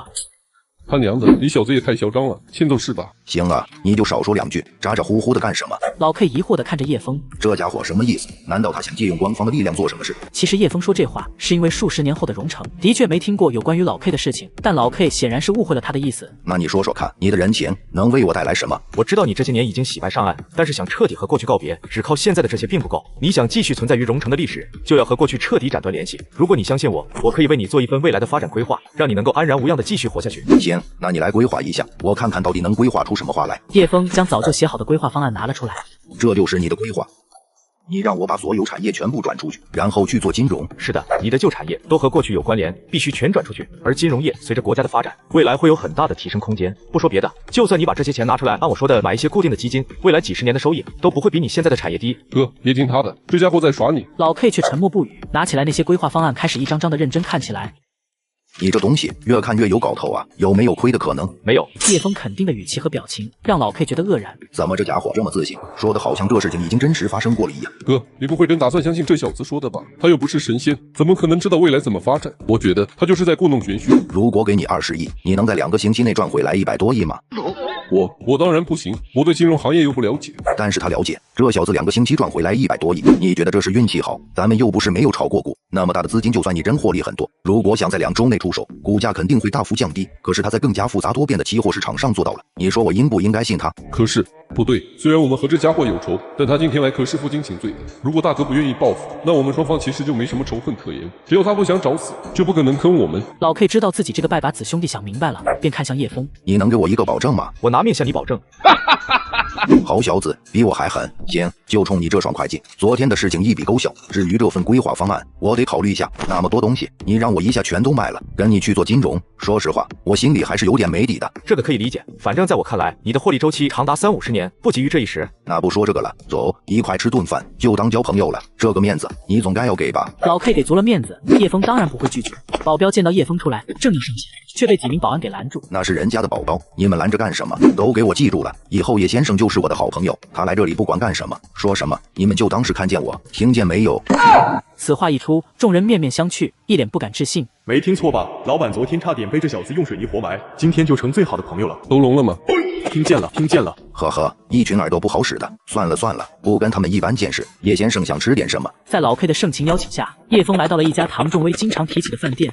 我的天，怎么是老 K？ 这万一没伺候好，我饭店还要不要他？老板，愣在那干嘛？给我们安排一个包厢。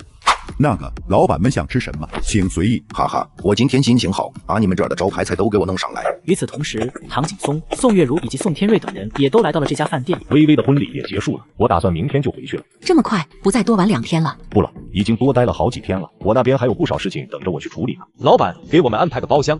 你们也来了，想吃点什么？老板，你今天这是怎么了？心不在焉的。你们可小声点，我这里今天来了大人物，别打扰他们，到时候吃不了兜着走。什么样的大人物，把你吓成这样了？老 K， 门关好了吧？老 K 那种人物，怎么也来这样的饭店吃饭？可能是山珍海味吃腻了，想换换口味吧。你们就别那么多话了，回头让人听见惹麻烦。另一边的包厢里，叶兄弟，我年长你一些，厚着脸皮喊你一声弟弟。来，咱哥俩先干一个，之前的事情从此一笔勾销，谁都别往心里记。行，酒量不错，对我的口味。来，咱们再干一杯，加深一个。3杯过后，老三等人也笑呵呵的过来准备敬酒。你们几个干什么？想车轮战啊？我告诉你们，以后叶老弟就是我兄弟，你们都对他客气点。谁在拿以前的事说事，别怪我翻脸，听见没有？这番话当然是说给叶枫听的。老三等人心里明白，可还是觉得憋屈。叶老弟，说真的，当初看到你那新闻，哥哥我真是震惊了，又羡慕的流口水。你说你咋这么牛逼呢？2个星期赚100多亿，金融业真这么好赚钱吗？那倒不是，金融业其实是很难赚钱的，因为这里面的钱太多了，什么人都有。但凡事都讲一个物极必反，钱多了也就没那么容易团结了，所以偶尔可以找到空子钻。我听不懂，也学不会，反正就觉得你很牛逼。1个小时后，叶枫见时间差不多了，便起身告辞回家。行，我们一起走，不过你等等啊，我去放个水。我也去。叶枫也不好就这么先走，只好在包厢门口等他们回来。恰在这时，宋天瑞和唐景松也从包厢走了出来。叶枫，可真巧啊，你也来这吃饭，跟谁一起啊？微微娘俩吗？不是，和几个朋友。爸，唐景松看到他，心里着实不是个滋味，更有点不知所措。又跟哪个狐朋狗友一起吃饭？看来你天天挺忙啊，饭局这么多，难怪我们去你家连门都进不去，真是高攀不起了。干嘛啊？自己家孩子说这些干啥？我说啥了？说的都是实话。你问问他，是不是到了他家门口，连门都不愿意开，就让我们滚蛋了？说什么陪重要的人，没时间回来，那意思就是我们不重要呗。上回的事，叶枫也不好跟唐景松解释，毕竟绑架这种事情对一个普通家庭来说太遥远了，而且就算说了，唐景松也未必会信。爸，那天真是对不起，的确有点急事要忙回不去，我在这里给您道歉了。都是自家人，没什么说不好的。对了，你和朋友一起吃饭，这是吃完了还是刚来？要不要招呼他们一块吃点？吃的差不多了，正准备走。行了，不管他那些狐朋狗友我可不想认识。走走走。叶先生，这时遇到朋友了，2位好啊，认识一下，我是……真是够自来熟的，跟你很熟吗？有什么好的？我陪同本市最大的黑道势力老大去饭店吃饭，却在楼道偶遇固执老丈人。老丈人不仅一上来就对我一顿冷嘲热讽，竟还指着黑老大的鼻子说对方不配和他认识。当得知对方身份后，瞬间被吓得汗毛倒竖。真是够自来熟的，跟你很熟吗？有什么好的？那个，不好意思啊，他今天喝多了，别往心里去。谁喝多了？我说的不是实话吗？就他这些狐朋狗友，想让我认识，我还不乐意呢。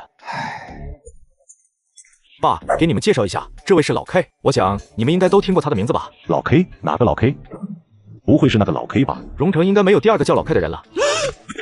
完了，这真打起来，我还能跑得掉吗？介绍一下，这位是我岳父唐景松先生，这位是我小舅宋天瑞先生。我岳父是直脾气，对我期望值很高，有时候要求会比较严格，所以刚才说的话你们别介意。听说这是叶枫的老丈人，老 K 心里的不爽立刻消散许多。我说呢，原来是叶先生的岳父，难怪说话这么硬气。唐先生你好啊，我是叶先生的朋友，大家都是自己人，就不说别的了，回头有时间一块喝酒。实在对不起，我还以为是他以前那些，对不起对不起。呵呵，没什么对不起的，不是说了吗？都不是外人，不用那么客套。对，说的没错，都是自己人。那什么，听说你们已经吃完了，我刚才还问小叶要不要招呼你们一起吃点喝点。那当然没问题啊，就看叶先生愿不愿意让我打扰了。叶枫知道这时候再说要走就有点不合适了。爸，你们和谁一起吃饭啊？方便吗？方便，就是你妈还有你。行，那我们进去说说话。老唐他们是？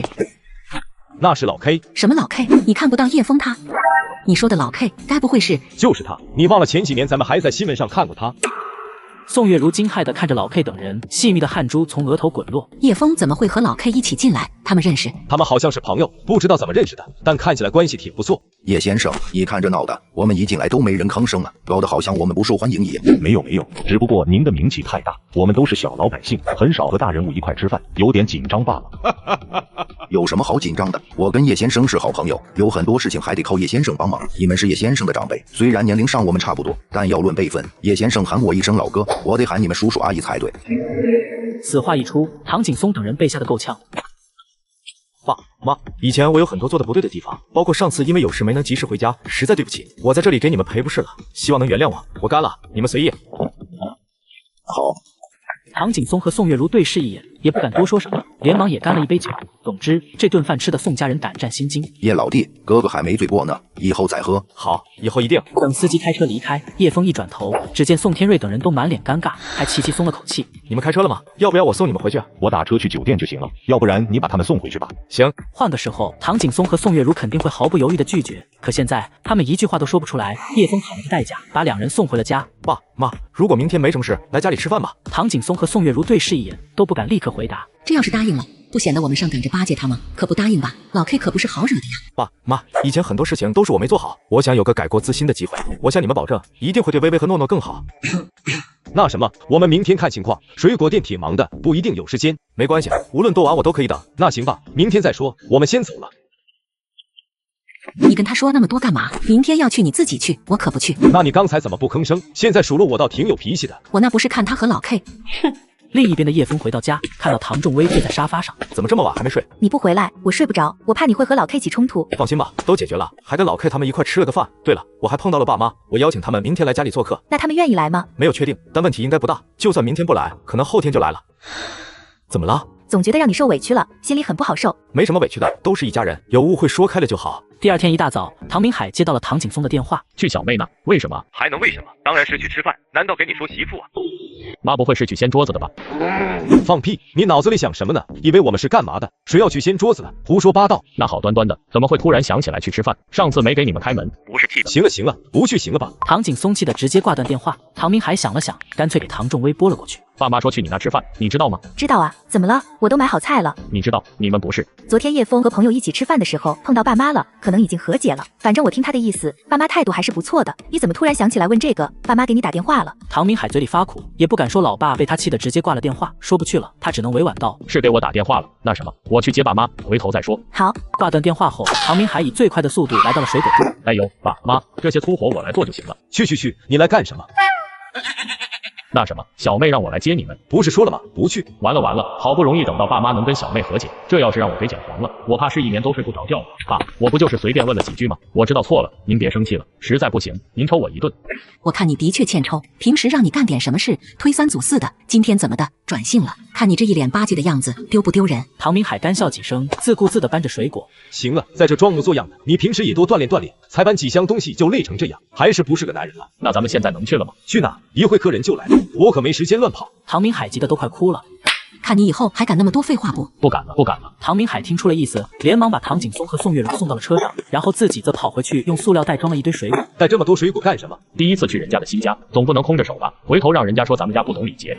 谁跟他讲礼貌？去就已经很给他面子了。路上，唐景松和宋月如看到了正在建设中的迪士尼乐园，也看到了已经建好地基的国防大学分校。变化真大啊！以前这条路就算大白天都没什么人，现在路上的车都明显变多了。叶枫说了，这条路以后会通地铁，等北区项目正式建成后，这里就是荣城最繁华的地方。那也是不知道多少年以后的事情，现在还是鸟不拉屎的破地方。不过房价倒是涨得快，随便便就是几千万一套，这谁能买得起？等我有钱了，一定要来这边买房子，肯定可以升值。等你有本事付首付了再说吧。再说了，在老城区不是给你买过了吗？又不想在那边住了。那边以前看着还挺好的，但我现在更看好北区的地段。你没听曾经的首富说过吗？买房子最重要的有3点，第一点是地段，第二点是地段，第3点还是地段。就你歪道理多。没多久，他们就来到了别墅门口。叶枫和唐仲威也早早在门前等待，看着女儿发红的眼睛，唐景松和宋月如也心里不太好受。都多大人了，还动不动掉眼泪？怎么，我们来吃饭，让你觉得委屈了？曾经的亿万富豪重生到一个同名的酒鬼身上，短短1个月内就买上了上亿的别墅，还为妻子主办了一场世纪豪华婚礼。可固执的丈母娘一家竟以为我如今的成就全是靠卖妻求荣换来的，不仅在婚礼上掀桌砸酒，还扬言要揭穿我伪善恶心的秘密。然而，当他们得知真相后，第一次来别墅做客时，直接被震惊了。怎么，我们来吃饭，让你觉得委屈了？妈，你就不能说点好听的话吗？干嘛非得夹枪带棍的？我说怎么了？唐明海也不理他，知道老妈面子上下不来。微微，你看起来好像胖了点，看样子叶枫没少给你做好吃的吧？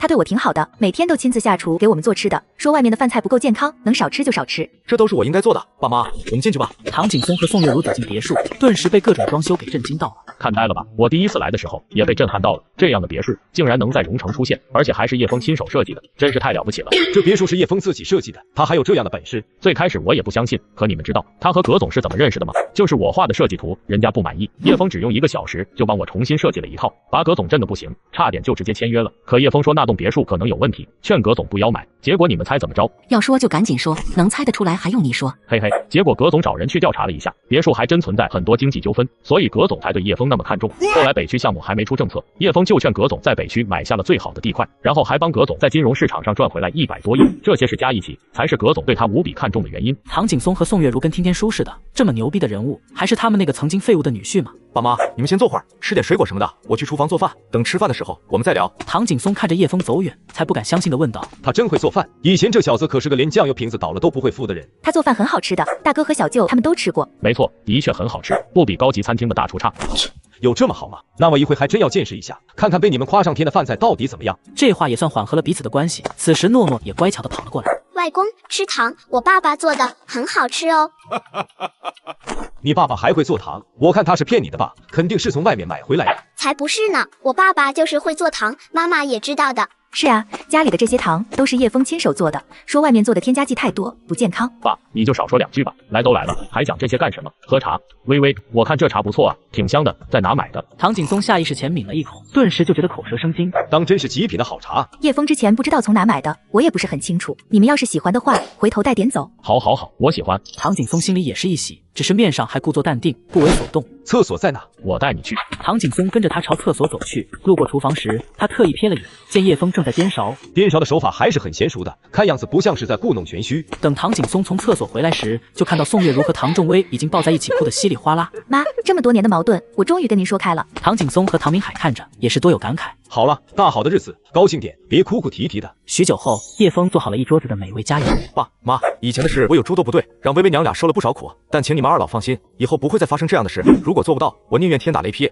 那什么，以前也是我们错怪你了，既然都是一家人，说开了就好了。在叶枫的刻意谦卑下，唐景松和宋月如愈发放开了。饭后，唐景松和宋月如又在房子里好好参观了一次，越看越羡慕。爸妈，这是之前给你们买的房子，叶枫已经设计过，让人装修好了，随时可以进去住，就在离我们不远的那栋35号别墅，房产面积370平方。唐景松和宋月如震惊地看着手上的房产证。小妹，这啥时候买的？我怎么不知道？买了有一段时间了，一直不好拿出来。唐景松和宋月如听得有点尴尬，人家给自己买了这么大一栋别墅，可自己这段时间都做了什么？越是想，他们越觉得脸上像着火了一样。这得多少钱啊？也没多少，这个小区的销售是叶枫建议葛总拿下来的，所以他买的价格很低，一栋只要几百万，加上装修什么的，差不多1000万左右吧。房子几百万，怎么加上装修就上千万了？叶枫用的都是最好的装修材料，所以装修费用大概400多万。400多万。唐景松和宋月如听的人都麻了，他们一辈子辛辛苦苦攒下来的积蓄也才100多万，可叶枫光是给他们装修，竟然就花了400多万。唐明海在一旁羡慕的真是要流口水了。买的时候几百万，可是现在如果卖的话，不得3、4千万？葛总手里还有几套别墅，售价最低也有7、8万1平方，不过他暂时不打算卖，说是等迪士尼乐园和大学分校建成，最少也在10万1平方以上才会卖。10万1平方也太离谱了！我们住的那个老小区，现在房价也才1万多，不对，那现在这栋别墅价值数岂不是上千万了？这我们不能要，太贵了，你们自己留着吧。这是叶枫给你们的心意，而且他一直说房产是最不重要的资产，留太多毫无意义。爸妈，你们要是不要，就给我吧，我要。你要这么大的房子干什么？当然是以后结婚用了。老城区的房子回头装修给你们好，别墅这么大，你们天天打扫卫生都够累的，肯定住不习惯。放屁，我不能请钟点工吗？一回也就几百而已，这点钱我还是能拿出来的。好啦哥，叶枫也给你留了一套，但还没有装修。他说你也是设计师，可能你更希望自己设计。39号别墅，面积315平方。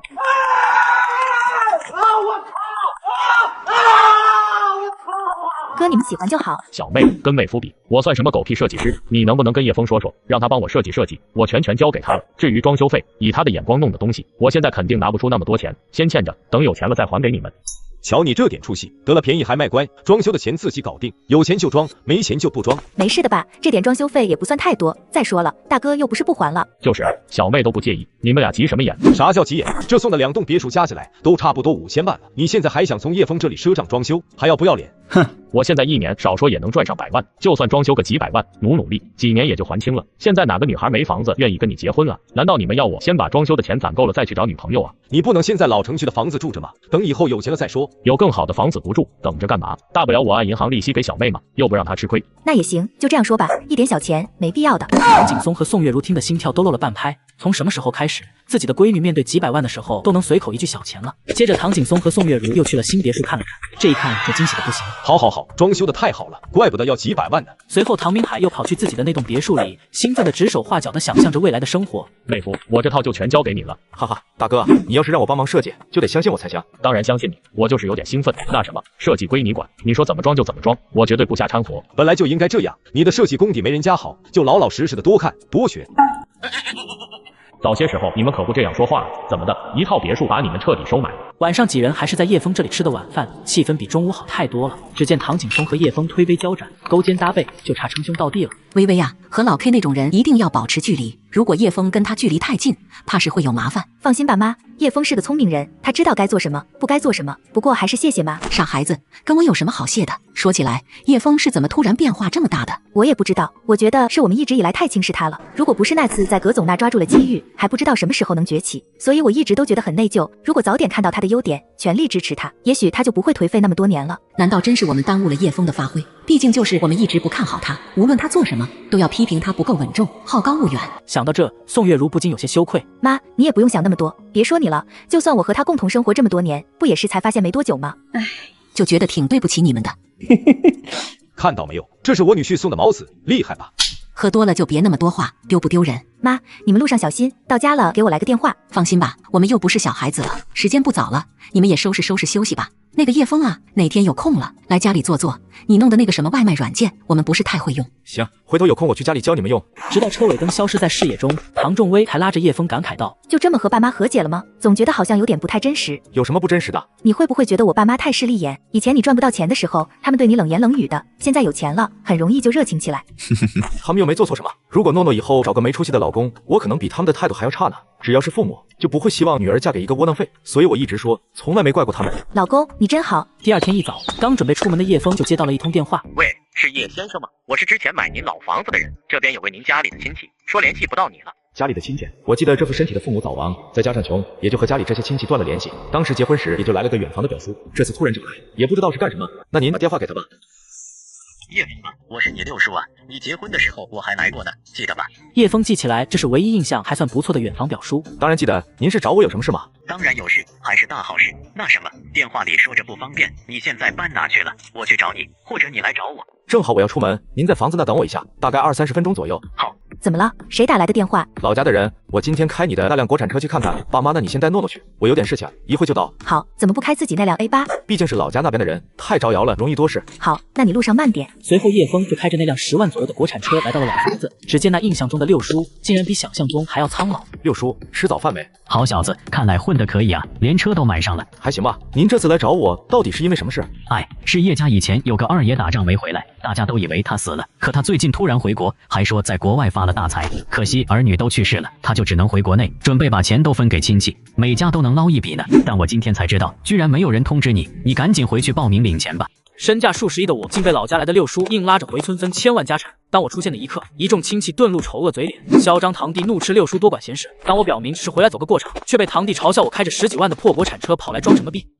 是叶家以前有个二爷打仗没回来，大家都以为他死了，可他最近突然回国，还说在国外发了大财，可惜儿女都去世了，他就只能回国内，准备把钱都分给亲戚，每家都能捞一笔呢。但我今天才知道，居然没有人通知你，你赶紧回去报名领钱吧。我还以为是什么事呢，原来是这个。不过六叔你人真的不错，还特意跑来通知我。说这些干什么？你赶紧收拾收拾跟我回去，人数统计也就这2天完事了，再不回去就晚了。还是算了吧，我对这种钱没什么兴趣，他们想要就给他们好了。你这傻小子，什么叫这种钱？你能分几千万呢？几辈子能赚回来这么多钱？人家都上赶着去分钱，恨不得多去孤儿院领养几个回来，你倒好，送上门的钱不愿意要。不是我不愿意要，他们不通知我，显然是不想分给我。如果我回去了，肯定要闹出矛盾来。为了这点钱，实在没必要。你个兔崽子，在我面前还装什么？也不看看你自己混成什么样，开辆破国产车就以为自己很牛逼了是吗？几千万的天文数字，在你眼里就是这点钱。来，你拿出这点钱给我看看。六叔，我知道您是为我好，但我真不需要这钱。您好不容易来一趟，这样吧，中午一块吃饭，我老婆孩子也没怎么见过，正好再认识认识。认识个屁！让你老婆知道你连几千万都不要，还不大嘴巴抽你！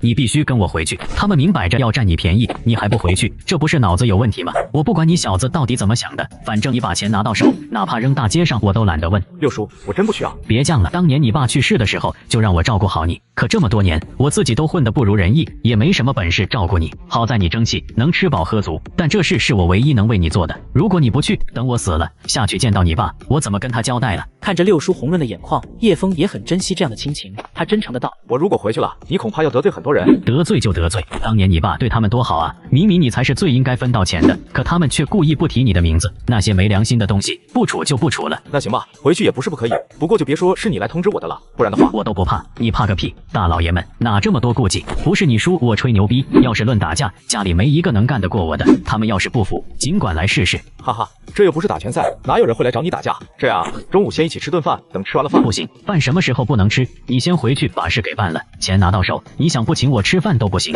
就开你这车回去，快点，别磨磨蹭蹭的，跟个老娘们似的。不是说还得2天才能统计完吗？干嘛这么着急？说是2天，万一呢？不说别的，几千万拿到手，你换个180万的车，给你老婆孩子撞面子不香吗？实在不行，你也捐个学校，以后你就是校长，有什么不好的？非得让那些狼心狗肺的家伙把属于你的钱给吞了，这是我想想就觉得牙疼。叶枫没办法，只能先给唐仲威打了个电话。老婆，我有事要回老家一趟。回老家？这么多年也没见你和老家亲戚有什么联系啊？等我回来跟你说。好，路上注意安全。侄媳妇不用担心，这次回去是好事呢。六叔，忙完了到家里来做客啊？这个好说，等我们回来，你们家就要换大房子了。换大房子？我们的够大了呀。好了，六叔开玩笑的。我怎么开玩笑了？几千万到手，换房子还不跟玩似的？什么几千万？没什么，等回家再跟你解释。和爸妈说一声，等晚点我再过去。好。挂断电话后，叶枫就开车回到了老家，按照六叔的指示，停在了一栋2层小楼的院门前。这些车都是你那些兄弟姐妹的，看见那辆奔驰没有？你二伯家的，他们在外面开了个厂，1年下来也能赚个大几十万，不愁吃不愁喝的，还要回来抢钱，真是过分。六叔，你也可以自己做啊！我记得你瓦工不是很好吗？这么多年了，没自己搞个装修队干？我哪行啊？就一个破瓦工而已，给人干点粗活还行，当老板可不是那块料。不说我了，走进去见见你二爷。你二爷喜欢干净利索的人，见了他，你说话做事注意点，别惹他不高兴，知道不？行，我明白的。见叶枫一脸无所谓的样子，六叔怀疑自己的话怕是白讲了。哟，都在这尽孝呢。那什么，看我把谁带来了？叶枫，咱们老三家的孩子都还记得吧？这些亲戚都还认得吧？不用我给你一一介绍了吧？都记得。老六，你可真闲得发慌啊！没事干，你咋不去地里多种点庄稼呢？二嫂子，你这话说的，我怎么就闲了？我这不就是去干正事了吗？知道你们忘记喊叶枫回来，就替你们跑一趟。谁想让你替我们跑了？狗拿耗子多管闲事。叶长明，你跟谁说话呢？懂不懂礼貌？我懂个锤子，要不要给你来一下？叶长明是叶家老二的孩子，从小被宠到大，哪里会在乎这些所谓的亲戚长辈？你他娘的竟然敢打我！看我不打死你！谁敢过来，我立刻扭断他的胳膊。叶枫，你脑子有病是不是？怎么打人？打他都是轻的，对长辈不懂得尊重，没把他满嘴牙卸下来都算客气的了。立刻给六叔道歉，不然我让你下半辈子只有一条胳膊能用。你休想！道歉，听见没有？我道歉，我道歉，六叔，对不起。以后说话注意点，跟长辈最好有点礼貌，否则的话，下次就不是这点小教训了。你算什么东西？敢动老子，看我不弄死你！你过来弄我试试看，就你这种被酒色掏空身体的货色，3、5个一起上也进不了我的山。叶枫，你几年不回来，一回来就跟亲戚动手动脚，你做人怎么这么冷血？说谁冷血呢？明明他也是叶家的一份子，你们却没一个去通知他回来的，还说他冷血，真是会倒打一耙。算了，这样的亲戚不处也罢，我看我还是走吧。你干嘛走啊？要走也是他们走，你又没做错什么。站住！叶枫转头看去，站在门口的正是叶家的二爷，那位资产数十亿的大富豪。你们在这闹什么呢？他是谁？二爷爷，他叫叶枫，是我三叔家的。刚才嚷嚷着要打我，典型的窝里横。你血口喷人，明明是你先骂我，叶枫才帮我出头。行了，都少说2句。你也是叶家的人，登记过没有？还没有，他刚回来。我没问你。六叔说的就是我说的，你就算回来分钱，也没必要这么盛气凌人吧。此话一出，所有人都惊了。你怎么跟二爷说话的？有没有教养？还不快点道歉！我又没有说错什么，更没有做错什么，为什么要道歉？你们想卑躬屈膝，但我没有这样的想法。无欲则刚，懂吗？一群势利眼。六叔急得不行，连忙拉着叶枫低声道：“你别在这个时候犯浑了，那是你二爷爷，又不是你仇人。”然而对叶枫来说，这里的人除了六叔都没什么区别。一个从未见过面，只是因为没有继承人才不得不回来的老一辈亲戚，在他眼里并不是什么好人。哼，还真是没有教养，不懂礼貌。赶紧给二爷立刻道歉，否则我们就把你赶出去。呵呵，你看我在意吗？怎么还笑起来了？二爷该不会被气得发疯了吧？小子，你过来！你过来！二爷怔了怔，挥手阻止了旁边要开骂的几人。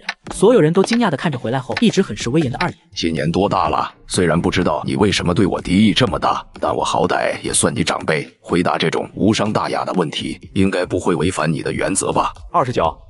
这个年纪好，年轻气盛，又到了马上成熟的阶段，挺好。我刚才看你好像揍了他，你就不怕得罪了这些亲戚，惹恼我，分不到钱吗？本来我就没想来这里分钱，只是六叔非让我来，才回来一趟而已。你很有钱？是有点。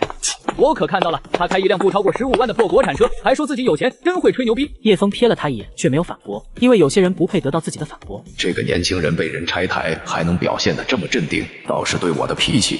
看来叶家的后辈中还是有能人的。你不缺钱，也不想要我的钱，在我看来，这都是胡扯的。你是不是心里太自卑了？知道我想找继承人，怕我给你出什么难题搞不定，才故意这样的吧？